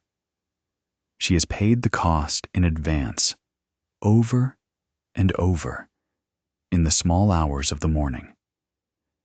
She is as prepared as she can be, but she is not prepared for the way he looks when he asks. His face is open in the way that faces are open when they are asking for the thing they most need and most fear they won't receive. He looks very young. He looks like a boy who had a family 5 months ago and has not yet entirely accepted that he doesn't anymore. "I can't take you," she says. "The petition is for one person. The law doesn't allow—" "I know the law," he says. He does. She has been teaching him to read, and he has been learning faster than she expected. "I know you can only petition for yourself, but you know people. The minister and the commissioner's wife and the others you've been talking to. Couldn't you ask them to, Caleb, to do one for me too? If you ask them, they listen to you. I've seen it. They listen to you in a way they don't. Caleb." Her voice is flat and quiet, and it stops him. Not kindly. It stops him the way a door stops you. "Listen to me." He looks at her. "I can't do that," she says. "Adding your petition to mine would complicate everything. Reverend McMillan isn't certain about sponsoring one child. He won't sponsor two. And if I push it, if I ask for more than they're ready to give, I lose everything. I lose the petition. I lose the sponsor. I lose the chance to get out at all." "So you're not asking," he says. He says it quietly, without anger, which is worse than anger. "I'm not asking," she says. He nods. He keeps pressing earth around the plant roots. He doesn't say anything else for a long time. Then, very quietly, "What happens to me?" She could give him false comfort. She has the vocabulary for it. She has, over the course of the last year, observed the grammar of hope that adults use on children in this institution. The vague assurances, the "things will work out," the Christianity-shaped promises that are really just a refusal to tell children the truth of their circumstances, because the truth is unbearable. She doesn't use it. "I don't know," she says. "You'll turn 13 in February, and 14 after that. There are families sometimes. The church places children sometimes. You're not sick, you're not. There are worse situations to be in than yours." "Yours was worse," he says. "When you were 12, wasn't it?" She doesn't answer. "You're 12 years in," he says. "That's what you'd call my situation. 5 years from now you'll be out living your life, and I'll still be here getting older and smaller and—" He stops, takes a breath. You said you'd look out for me. I have been looking out for you. That's not the same thing as Caleb." She sets down the trowel. She looks at him directly, making herself do it, making herself not look away. "I'm going to tell you something, and I need you to hear it. Everything I told you, to sit in the middle of the table, to watch old Mac, to be useful to Sister Agnes, all of it, that was real. I meant it. It will keep you safe while you're here. The skills you have now that you didn't have in November, those are real." She pauses. "You are going to get out of this place. Not the way I am, but you will. You're smart, and you're good. And this institution has not yet made you hard. And those are things that matter to people who visit institutions looking for children to help." He looks at her for a long time. "Do you actually believe that? Or are you saying it to make me feel better?" She holds his gaze. "I believe it," she says. "This is true. It is also incomplete. She believes he will survive. She believes he will get out eventually. She does not believe it will be easy, or clean, or soon. She does not believe he will be unchanged by what he goes through waiting. She believes these things clearly, and she tells him the part that is true, and she holds back the rest. This is not the same as lying. She tells herself this. She is not sure she entirely believes it. He goes back to work. She goes back to work. The October air moves cold over the kitchen garden, and somewhere up in the woodlot, someone is splitting logs, and the sound carries down the hill in the thin, clear air with the force of something final. November 1889. The petition has been filed. The legal process of petitioning for release from county care in Tennessee in 1889 moves at the speed that all legal processes in rural Tennessee in 1889 move, which is to say, at the speed of available time and institutional attention. The County Court of Common Pleas for Sevier County meets in quarterly sessions. The next session is scheduled for the first week of February, 1890. The petition, filed in late October, has been entered on the court docket. There's nothing to do now but wait and keep working and keep maintaining the surface of the life she has built here, the capable, literate, industrious girl who helps with everything and causes trouble for no one, while underneath the surface she waits.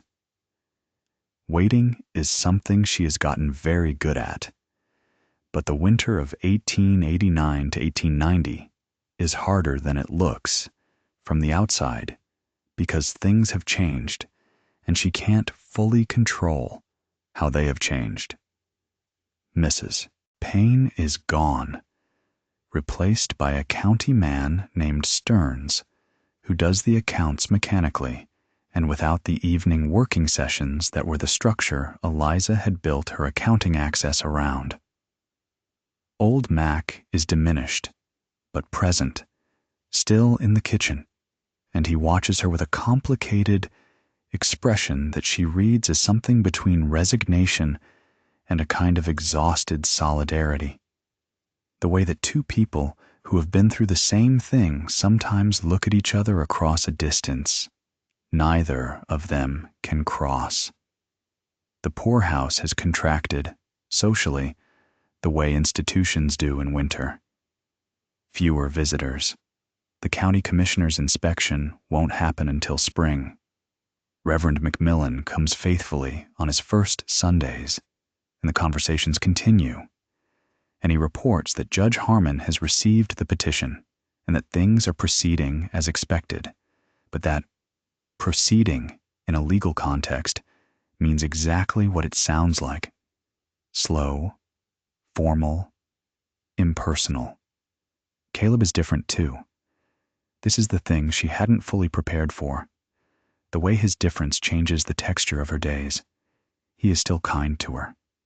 He still talks to her, but something has closed in him, slightly, in the same way that things close in people who have been told the truth about their situation after hoping for better news. He does his work. He eats his meals. He participates in the social life of the dormitory wing with the same adaptive competence she taught him. But there is a quality to his presence now that is new, a careful quality, as if he is measuring out how much of himself to invest in any given moment, as if he has learned, in the space of a single October afternoon in the kitchen garden, the basic institutional lesson that she spent 2 years learning. Don't count on things. She hates that she taught him this. She knows it was the right thing, and she hates it anyway. In December, she makes the decision to try again. She knows it is likely a mistake. She knows the calculation she made in October was correct, and remains correct. Adding Caleb's situation to her petition would complicate things in ways that could unravel everything. She knows this. She makes the attempt anyway, because there is some part of her that cannot, even now, proceed without having actually tried. Even if trying means failing. Even if failing means nothing changes. She raises the subject with Reverend McMillan during his December visit. "I've been thinking about a boy here," she begins. "Caleb Holt. He's 12. He's a good child, Reverend. Smart. He came in a year ago after his parents died. Reverend Macmillan listens with the careful attention he has learned to bring to her conversations. Go on. I know it's outside the scope of what you've already committed to, she says. And I'm not asking you to commit to anything today. But I wondered, would you consider speaking with the court about his situation? Not as a sponsor, necessarily, but as an advocate. Someone who could recommend him for placement. He is quiet for a moment.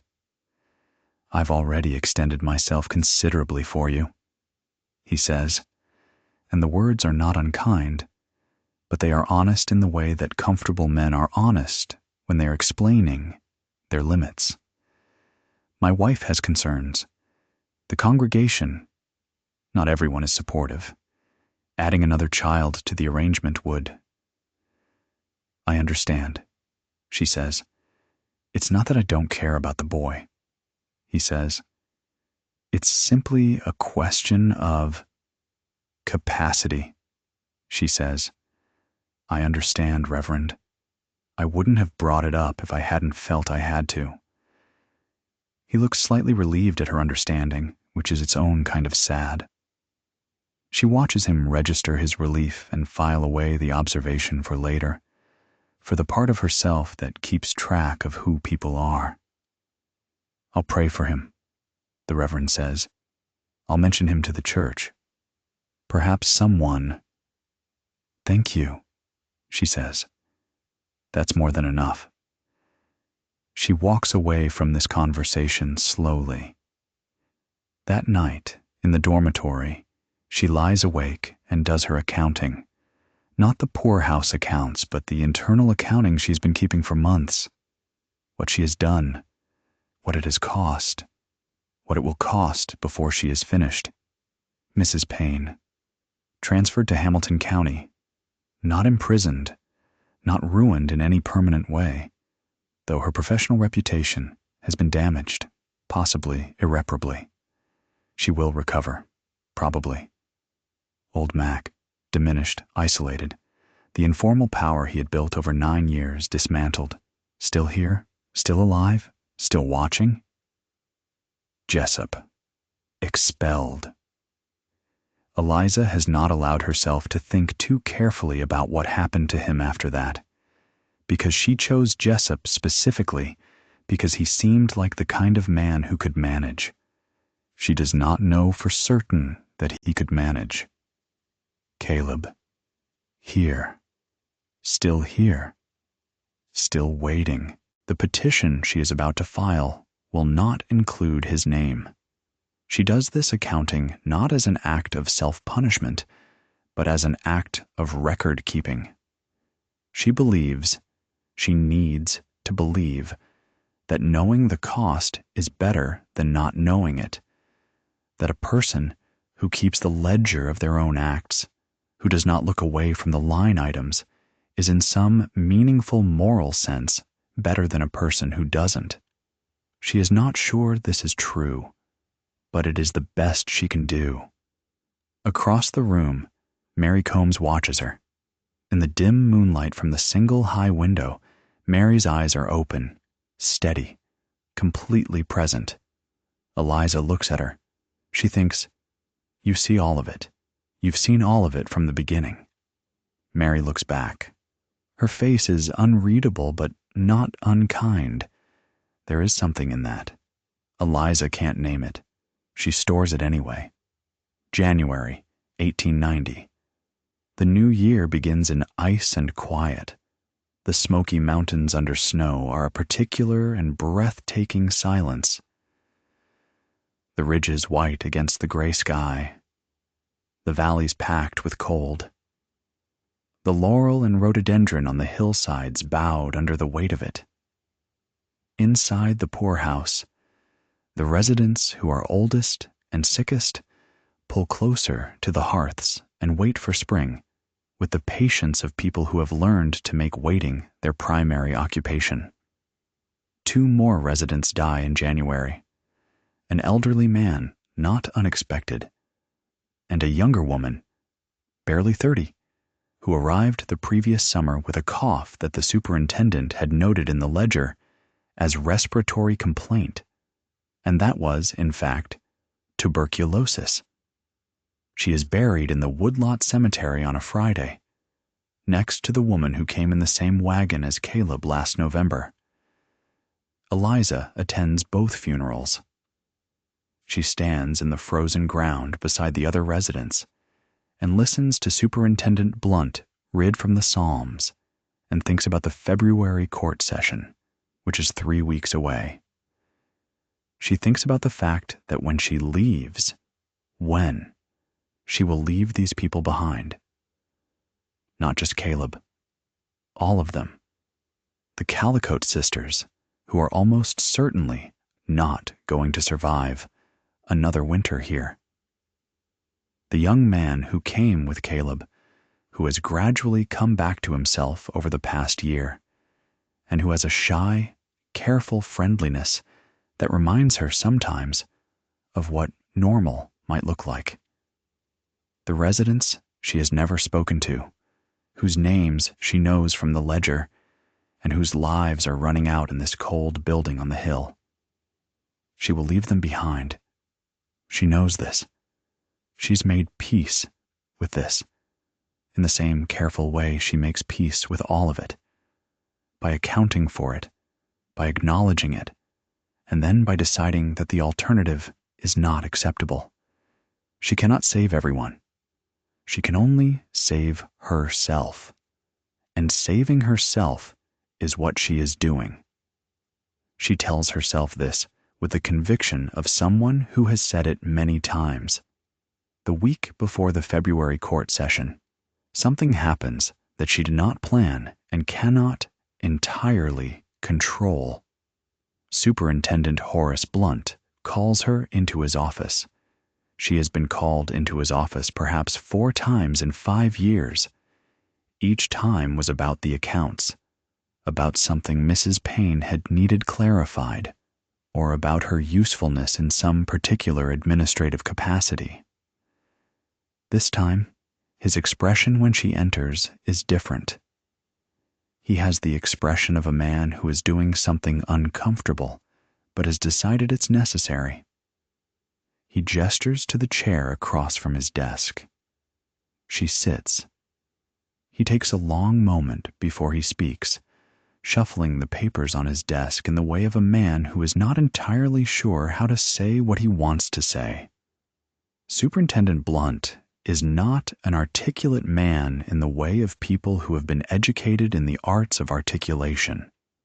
He is precise and direct in the manner of someone who has learned precision through necessity, but the nuanced, oblique conversation she senses he is trying to have is not his natural territory. "Your petition is on the docket," he says finally. "Yes, sir.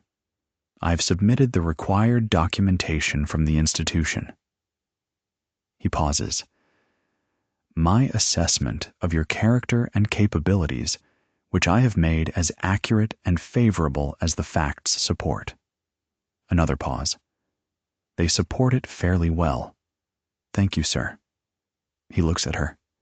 He has the eyes of a man who has been seeing things for a long time without always understanding what he's seeing, and who has recently begun to suspect that one of the things he has not understood is sitting directly in front of him. "Eliza," he says, her first name, which he has almost never used. "I'm going to ask you something directly, and I'm going to ask you to answer me directly." "All right," she says. "Mrs. Payne did not embezzle from this institution." "It is not a question." She holds his gaze. "I don't know that, sir. The auditor's report was inconclusive," he says, "which is not the same thing as evidence. Charlotte Payne was the most scrupulous bookkeeper this institution has had in my time here. The irregularities in the accounts. He stops. The irregularities appeared in a pattern that I found, when I looked at it more carefully, somewhat unusual. The pause that follows is very quiet. I cannot prove anything, he says finally. I have no evidence, and even if I had evidence, I'm not sure what I would do with it at this point, because Charlotte Payne has already been transferred, and there is no mechanism to bring her back. He looks at her steadily. I want you to understand that I know this, that I have looked at it, and I know, and that you are going to carry the weight of it. She says nothing. That's all I have to say, he says. The petition will proceed. I have said nothing, and I will say nothing because... He stops again. Because I don't know what good it would do, and because a girl of 14 should not spend her life in a county poorhouse. He looks down at the papers on his desk. That will be all, he says. She stands. She goes to the door. Then she turns back because there is something. There is some impulse in her that cannot let the moment pass without acknowledging it. Superintendent? She says. He looks up. I'm sorry, she says. She says it simply, without explanation, without the architecture of justification she has built around the act. Just the two words. I'm sorry. He looks at her for a long moment. His expression is complicated, in a way she cannot fully parse. Not forgiveness, not condemnation, something more like grief, as if he is sorry, too, for everything that has led to this room, this conversation, this outcome. Go on, then, he says. Go on. She goes. February 4th, 1890. The Sevier County Court of Common Pleas meets on the 4th of February in the courthouse at Sevierville. It is a cold, clear day. The kind of February day in the mountains that is so purely, precisely cold that the air feels crystalline, as if you could see all the way to the edges of things.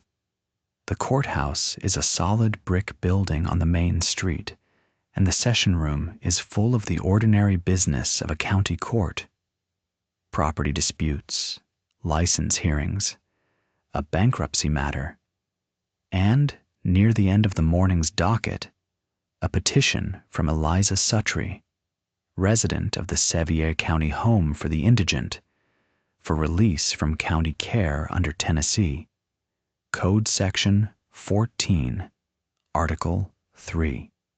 Judge Lemuel Harmon is 61 years old, a Sevierville native who has been on the county bench for 14 years and who has, in that time, seen most of the things that a county judge sees.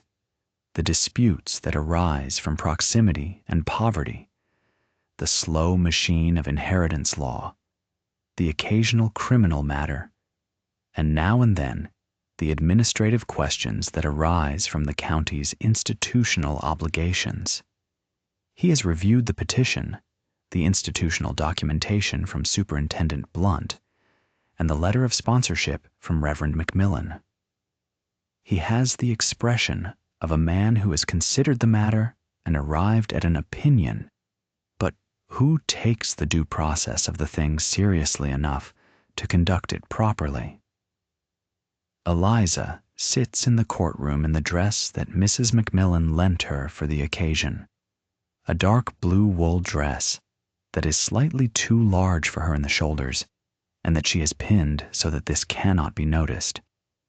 She sits beside Reverend McMillan, who is present in his capacity as sponsor. She has her hands folded in her lap. Judge Harmon reviews the petition aloud, briefly.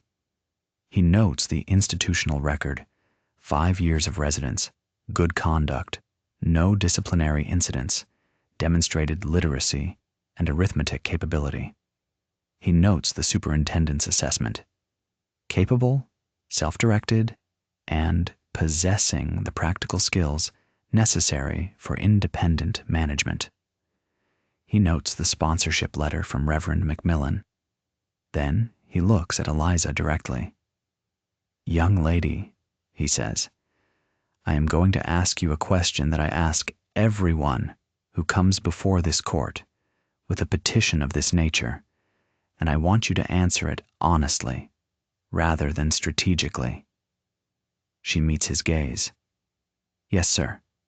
Why do you want to leave the county home?" She has prepared for this question. She has prepared 3 different versions of the answer: a sentimental version, a practical version, and a legal version. And she chooses now, in the moment, the one that is truest.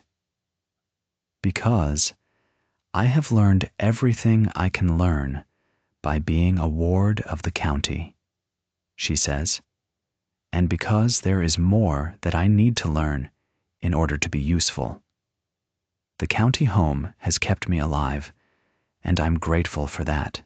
But I am 14 years old, and I'd like to know what I'm capable of when the world is larger than 40 acres and a dormitory."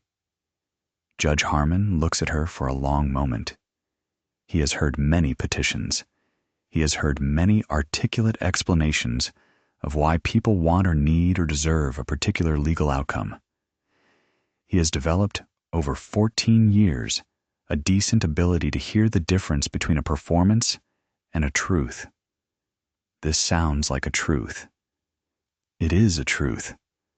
Whatever else Eliza Suttree is, she is not lying about wanting to be free. "Petition approved," he says. He writes the endorsement on the documents. He hands them to the clerk. "Released to the custody of Reverend Asa McMillan, effective March the 1st, 1890. Reverend McMillan, beside her, exhales quietly. Eliza looks at the judge's hand signing the papers. She looks at the clerk taking the papers to stamp. She looks at the window, where the February light is coming in hard and clear and cold.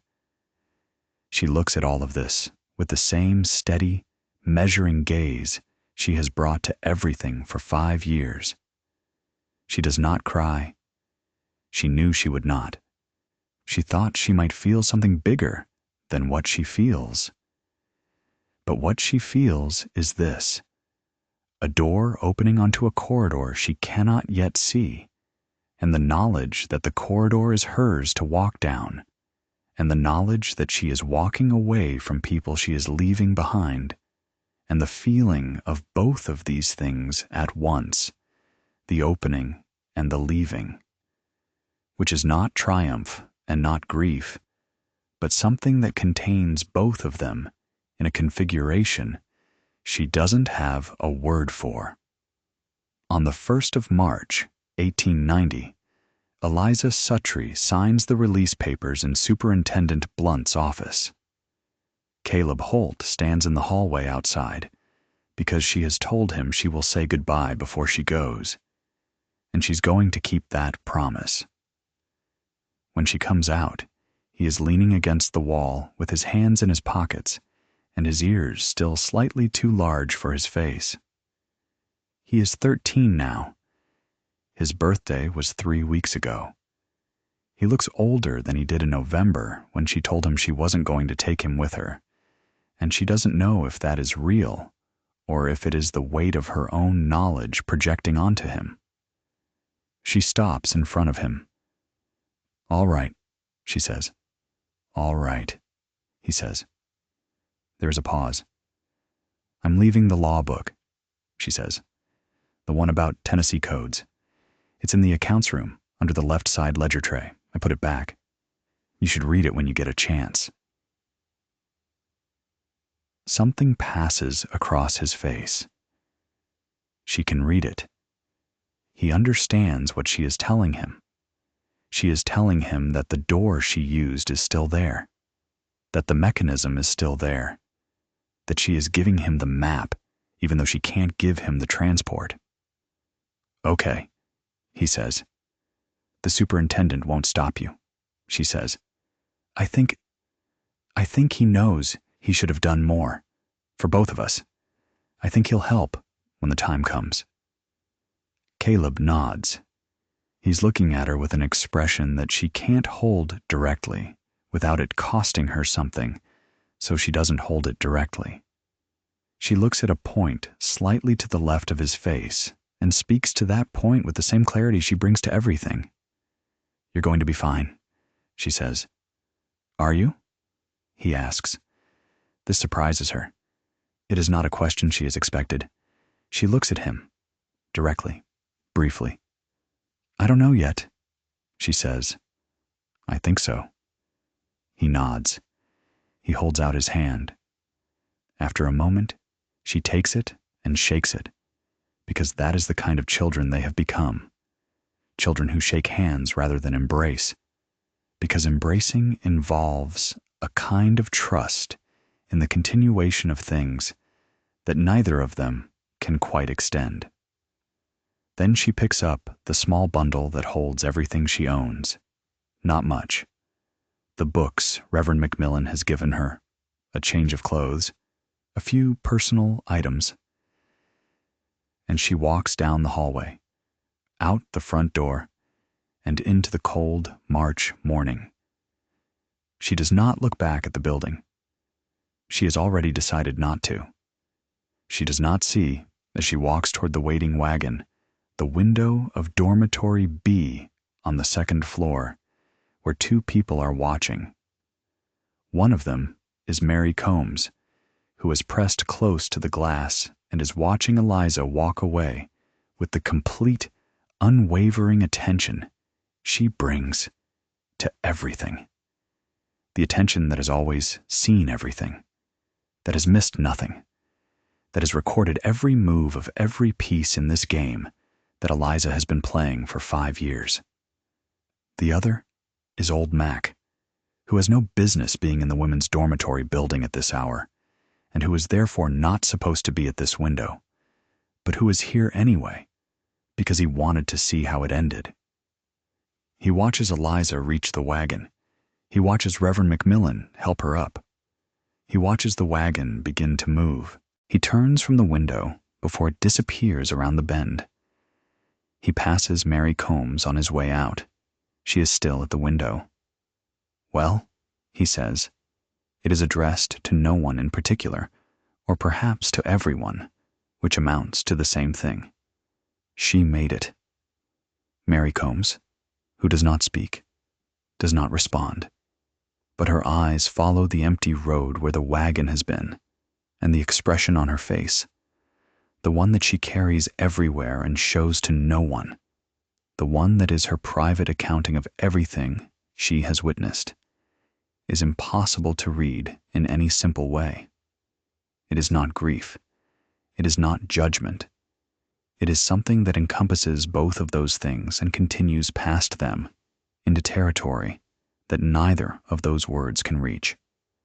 She watches the empty road until there is nothing left to watch. Then she turns from the window and goes to make her bed. Now we have to do the hardest part of this story. It would be easier, in some ways, to end here, to leave Eliza at the moment of her freedom, to let that image carry the weight of everything, to let you make your own judgment about what she did, and whether it was worth it, and whether she is a person to be condemned, or understood, or something else entirely that English doesn't have a clean word for. It would be easier. But it would not be true to what actually happens in these stories, in the real lives of real people who do things like what Eliza did. What actually happens is that the people you leave behind keep living. Their lives don't pause because you're no longer in them. And the things you did, the moves you made, the people you moved like pieces on a board, those things have afterlives too. Consequences that spread outward in ways you can't always anticipate and can never fully contain. This is Act 4. This is the part where we look at what Eliza Suttree left behind. Caleb Holt. Spring of 1890. He is 13, going on 14. In the weeks after Eliza's departure, Caleb goes to the accounts room and retrieves the law book. He reads it slowly. He is still building his reading, though he has made remarkable progress under Eliza's teaching. And he finds the paragraph she intended him to find. Section 14, Article 3. He reads it 3 times. He talks to Superintendent Blunt, not immediately, not that month. He waits, because Eliza told him to wait, told him that the time would matter, that moving too fast is as bad as moving too slow. He watches the superintendent for 3 weeks. He watches him manage the institution with his characteristic weary efficiency, and he watches him look, occasionally, at the empty cot in the boys' dormitory where a girl's plan had once slept and read by candlelight, and he sees in those moments the expression of a man who is doing his accounting. On a Tuesday in April, Caleb knocks on Superintendent Blunt's office door. The conversation that follows is different from what Caleb expects. He expects resistance, or, at best, polite, institutional helplessness. What he gets is a man who says, without much preamble, "You've been here since November. You're young, you're healthy, and you're educable. I should have been thinking about your situation more actively. I haven't been." He pauses. I'd like to correct that. What Horace Blunt has realized, slowly, over the winter, with the kind of realization that comes to tired men when something has shaken them out of their tiredness, is that he has been running this institution as a holding pen rather than a way station. He has been processing residents rather than serving them. He has been numbed, he understands now, in the way that Josephine Shaw Lowell's reports described. The institutional administrator who has forgotten that the institution exists for the people in it, not the people in it for the institution. He is not going to turn himself into a reformer. He is 56 years old, and his habits are too set and his energy too depleted for wholesale transformation. But he can do this one thing. He can look at this boy and the other children in his care, and he can do the thing he should have been doing and wasn't. By June of 1890, Superintendent Blunt has written 3 letters to families in Sevier County known to him through the church circuit, inquiring about the possibility of placement. 2 of these letters produce polite but negative responses. The third, from a farm family named Brewer in the Pittman Center community, east of Sevierville, who have lost 2 sons to illness and who are looking for a working son, and who are also, by local reputation, decent people, in the way that rural community people can be decent when the circumstances are specific enough, produces a visit, and then a second visit, and then a conversation in the superintendent's office that results in paperwork. Caleb Holt leaves the Sevier County Home for the Indigent on the 14th of August, 1890. He is placed with the Brewer family as a ward.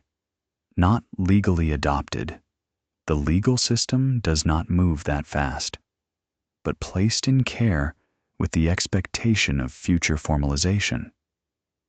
He is given a room of his own, work that matches his capacity, and the opportunity to attend the local school for at least part of the year.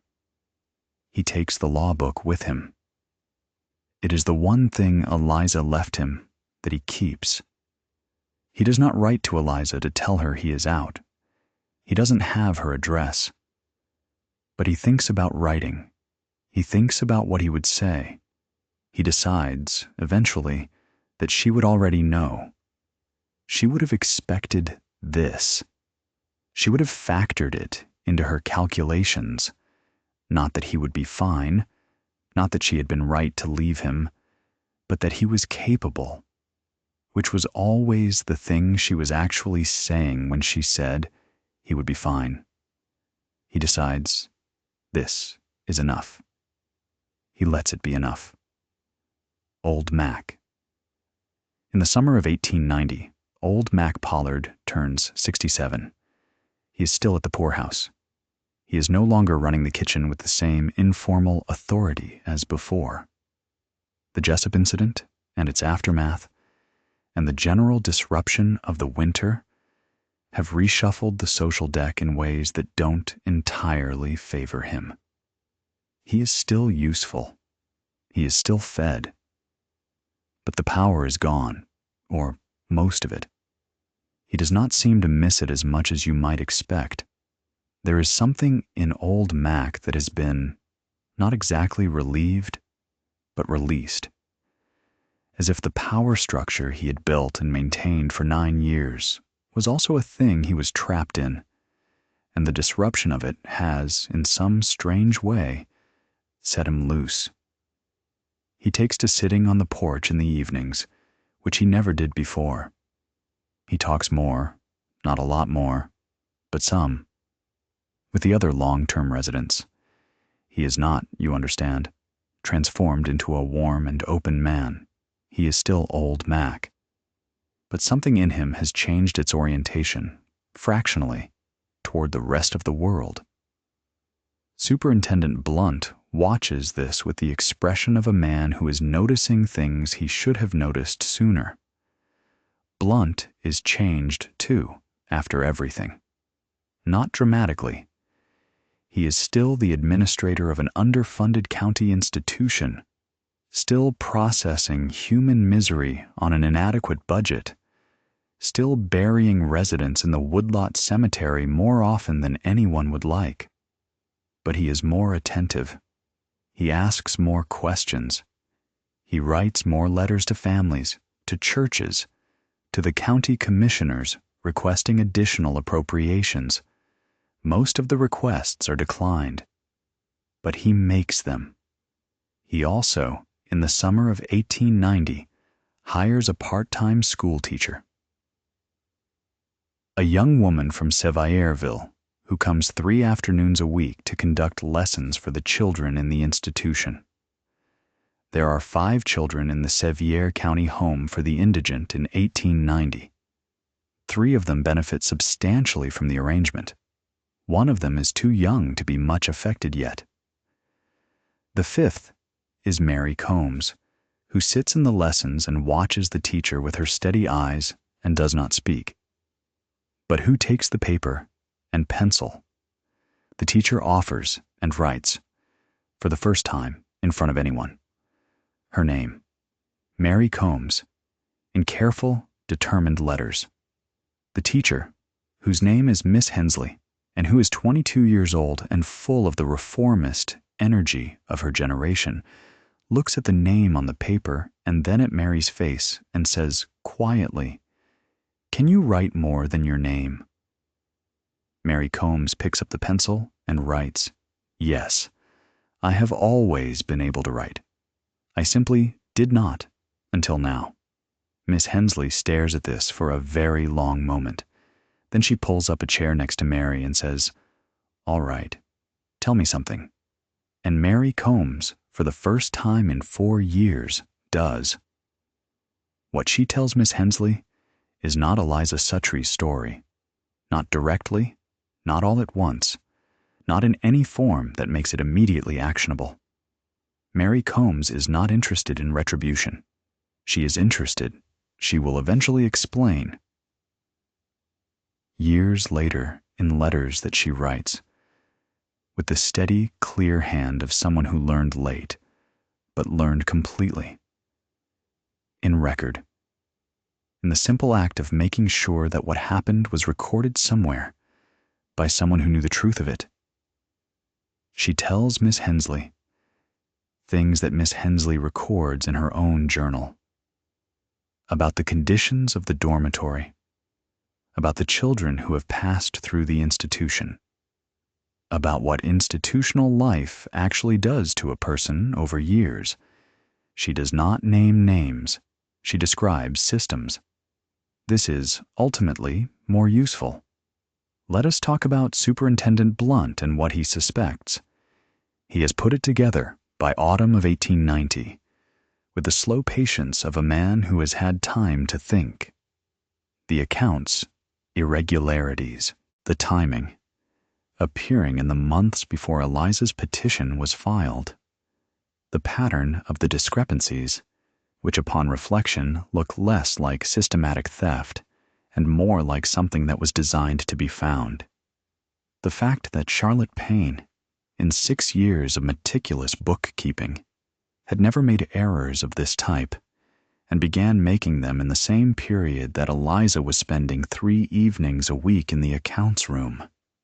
He knows. He cannot prove it. He has told her he knows, in the only conversation they ever had about it, and she said, "I'm sorry." And he believed she was sorry, and it didn't change what she had done, and he has not been able to entirely resolve the distance between those two things. He writes a letter to Charlotte Payne in Chattanooga in October of 1890. The letter is not an apology exactly, because he cannot put in writing what he cannot prove, and because an apology from the institution to a woman it has wronged is a complicated and legally fraught thing. But it is a letter that says, between its lines, in the language that careful men use when they want to say something they can't say directly, "I believe you. I am sorry for what happened here. I hope you are well." Charlotte Payne does not respond to the letter. She has built herself, in Chattanooga, a small and careful life, not at a poorhouse this time, but as a bookkeeper for a dry goods merchant, whose wife knows someone who knows someone from Sevierville. She is managing. She is not ruined. She is diminished. And she is careful now, more careful than she used to be, in the way that people become careful after they have been burned by a thing they didn't see coming. She keeps the letter. It is the only letter she has received from anyone connected to the Sevier County home for the indigent, and she keeps it in the small cedar box where she keeps things she does not want to lose. She does not entirely understand what happened to her, even now. She knows she did not steal from the institution. She knows the records were wrong, that the pattern was wrong, that something happened that was not her doing. She does not know who. She has a thought, sometimes, a thought that arrives and that she pushes away, because it involves a girl who used to sit across from her in the evenings and argue about column sums, and because following that thought to its conclusion requires her to believe something about a child that she is not ready to believe. She pushes the thought away. She keeps the letter. She manages. Eliza. March, 1890 through March, 1892. 2 years in the Macmillan household in Sevierville. The life she builds is nothing like the life she planned, because planning for freedom when you have never been free is an exercise in imagination that will inevitably be incomplete. She plans for the physical sensation of it, the absence of the dormitory bell, the absence of the accounting sessions, the absence of old Mac's kitchen and Sister Agnes's laundry lists. She is correct that these things are absent. She does not plan for the particular texture of living in someone else's house by their grace and at their pleasure, which is its own kind of constraint. Softer, certainly, than the poorhouse, but a constraint nonetheless. She does not plan for Eula Macmillan, who is a woman of exacting domestic standards and Protestant seriousness, who receives Eliza with genuine goodwill, and who also makes very clear, through the grammar of household management, that this is her house, her kitchen, her schedule, her God. Eliza navigates this with the skill she has been building for years. She is useful. She is industrious. She is exactly as much of herself as the Macmillans can accommodate, which is quite a bit. They are decent people, more than decent, and Reverend Macmillan's intellectual engagement with her continues to grow over the 2 years she is with them. She reads everything in his library. She asks questions that stretch both of them. She begins writing essays, initially, that she shows no one. Then, tentatively, opinion pieces on subjects of local interest that the Reverend encourages and that eventually, by 1891, appear in the Sevierville Gazette under initials. She teaches Sunday school in 1891.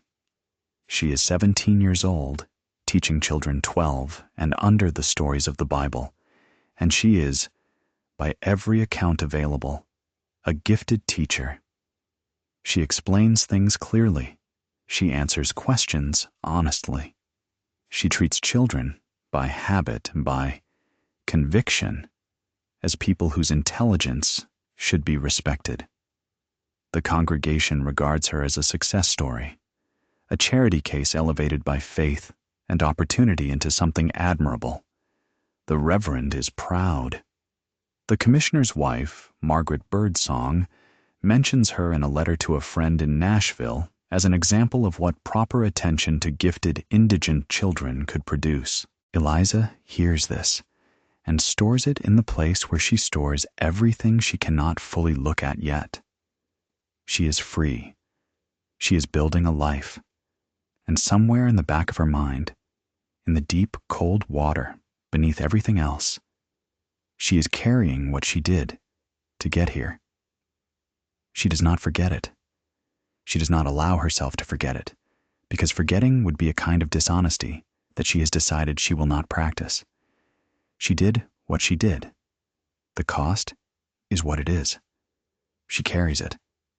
In 1892, when she turns 18, she takes a position in Knoxville, arranged through connections the Reverend has cultivated, in a household that needs a governess for 2 young children. It is a genuine opportunity, and she takes it with genuine gratitude. And when she says goodbye to the Macmillans, she means it when she says that she is grateful. She means it completely. She sends them letters.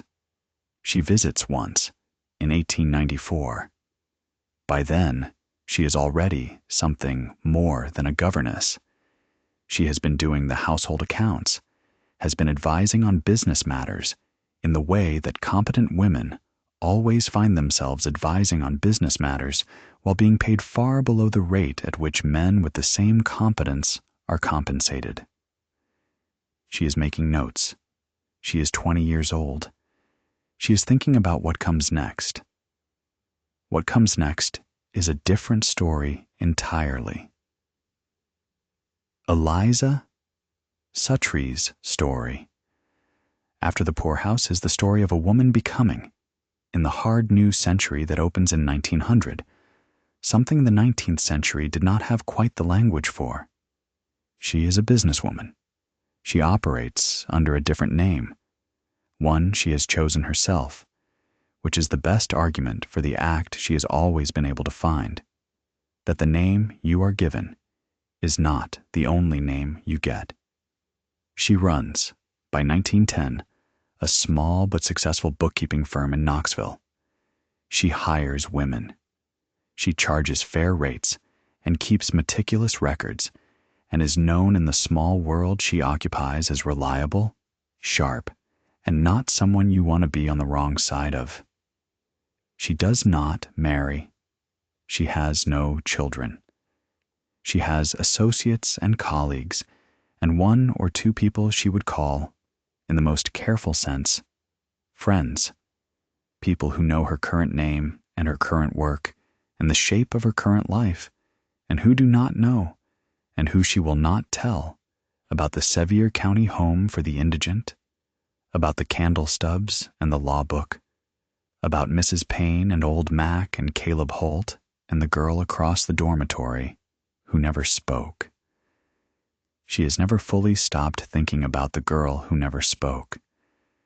She has wondered, over the years, what happened to her, whether she spoke eventually, whether she got out, whether she... And this is the question she cannot bring herself to formulate cleanly, though she circles it. Whether she knew, understood, judged. She decides, in the way that people make decisions about things they cannot change, that she cannot know, that not knowing is the thing she will have to live with, that it is an appropriate thing to live with, given everything. She lives with it. Now the year is 1920. Eliza Suttree, who is not Eliza Suttree anymore, is 46 years old. She lives in Knoxville in a house that she owns.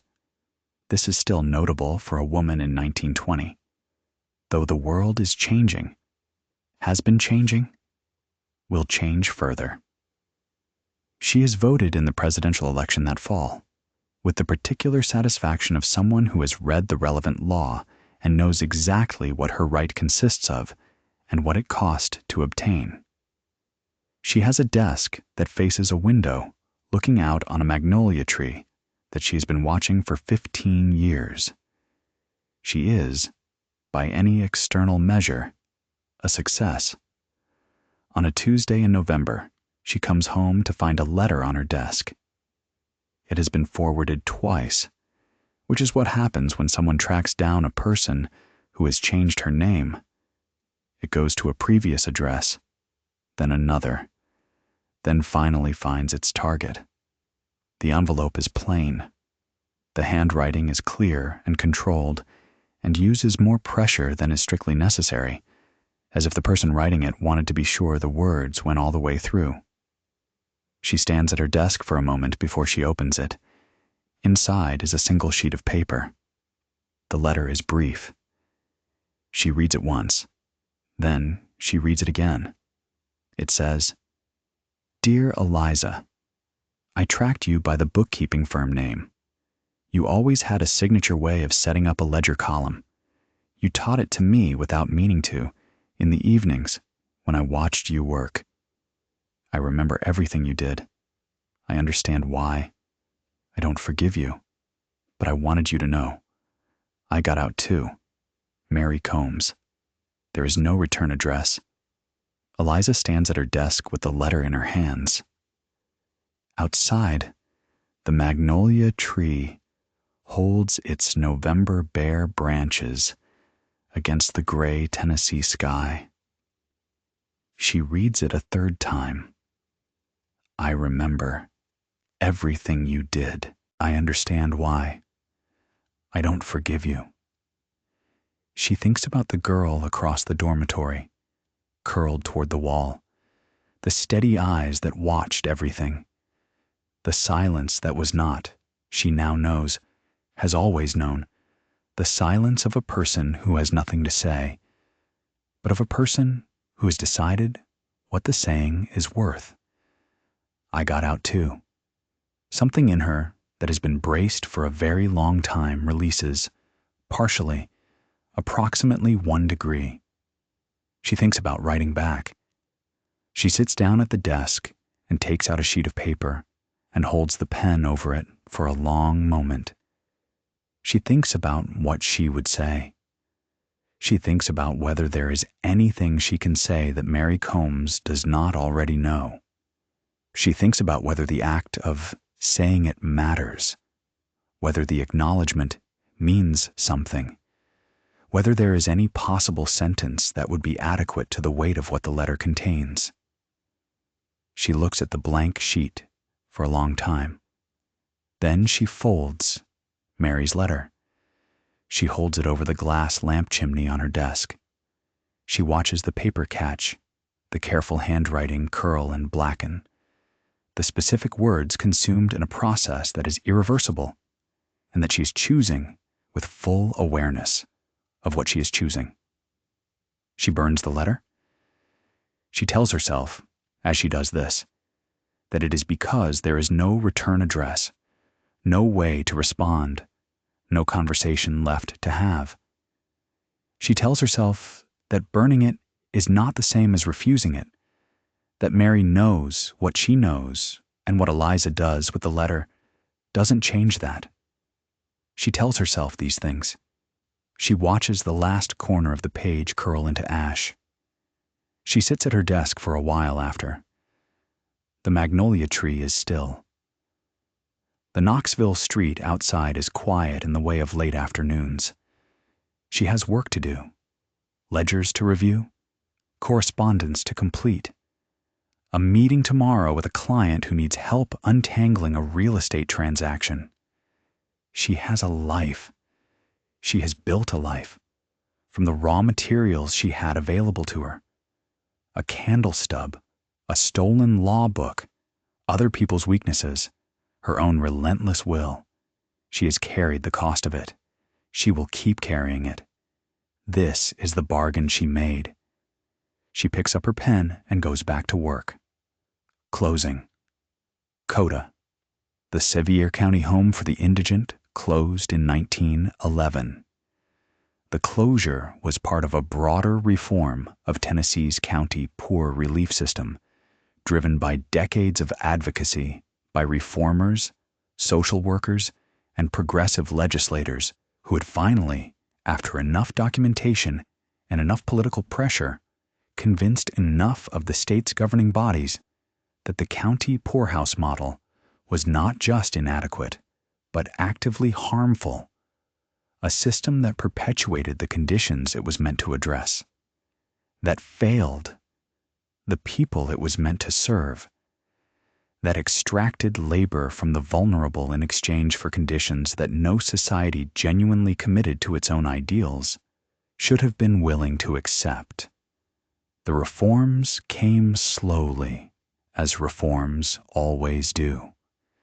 They came too late for most of the people who passed through the institution on the hill in Sevierville. They came too late for the residents who died in the Woodlot Cemetery. They came too late for Charlotte Payne. They came too late for the children who grew up inside those walls, without anyone to grow up for. But they came. The institution's records, decades of ledgers, registers, intake forms, petition documents were transferred to the state archives in Nashville. Most of them remain uncatalogued. The archival resources of the state of Tennessee, like the resources of most states, have never been adequate to the task of processing everything that survived the 19th century. There are boxes in those archives that have not been opened since they were sealed in 1911. There are lives in those boxes, the administrative traces of lives, the names and ages and bare recorded facts of people who passed through this system and were documented and then forgotten. Among them, filed in a folder labeled Released Residents, 1890, is a single petition document. It is on standard county court paper, filled in partly by typewriter and partly by hand. The section marked Petitioner's Signature contains a signature in a clear, strong hand that uses more pen pressure than strictly necessary, as if the person signing it wanted to be sure the words went all the way through. The section marked Sponsor's Remarks, where Reverend McMillan was invited to add a comment for the court's record, contains one line. It reads, "This child will either save the world or burn it down. I pray it is the former." The petition was approved. The space beneath McMillan's remark is blank.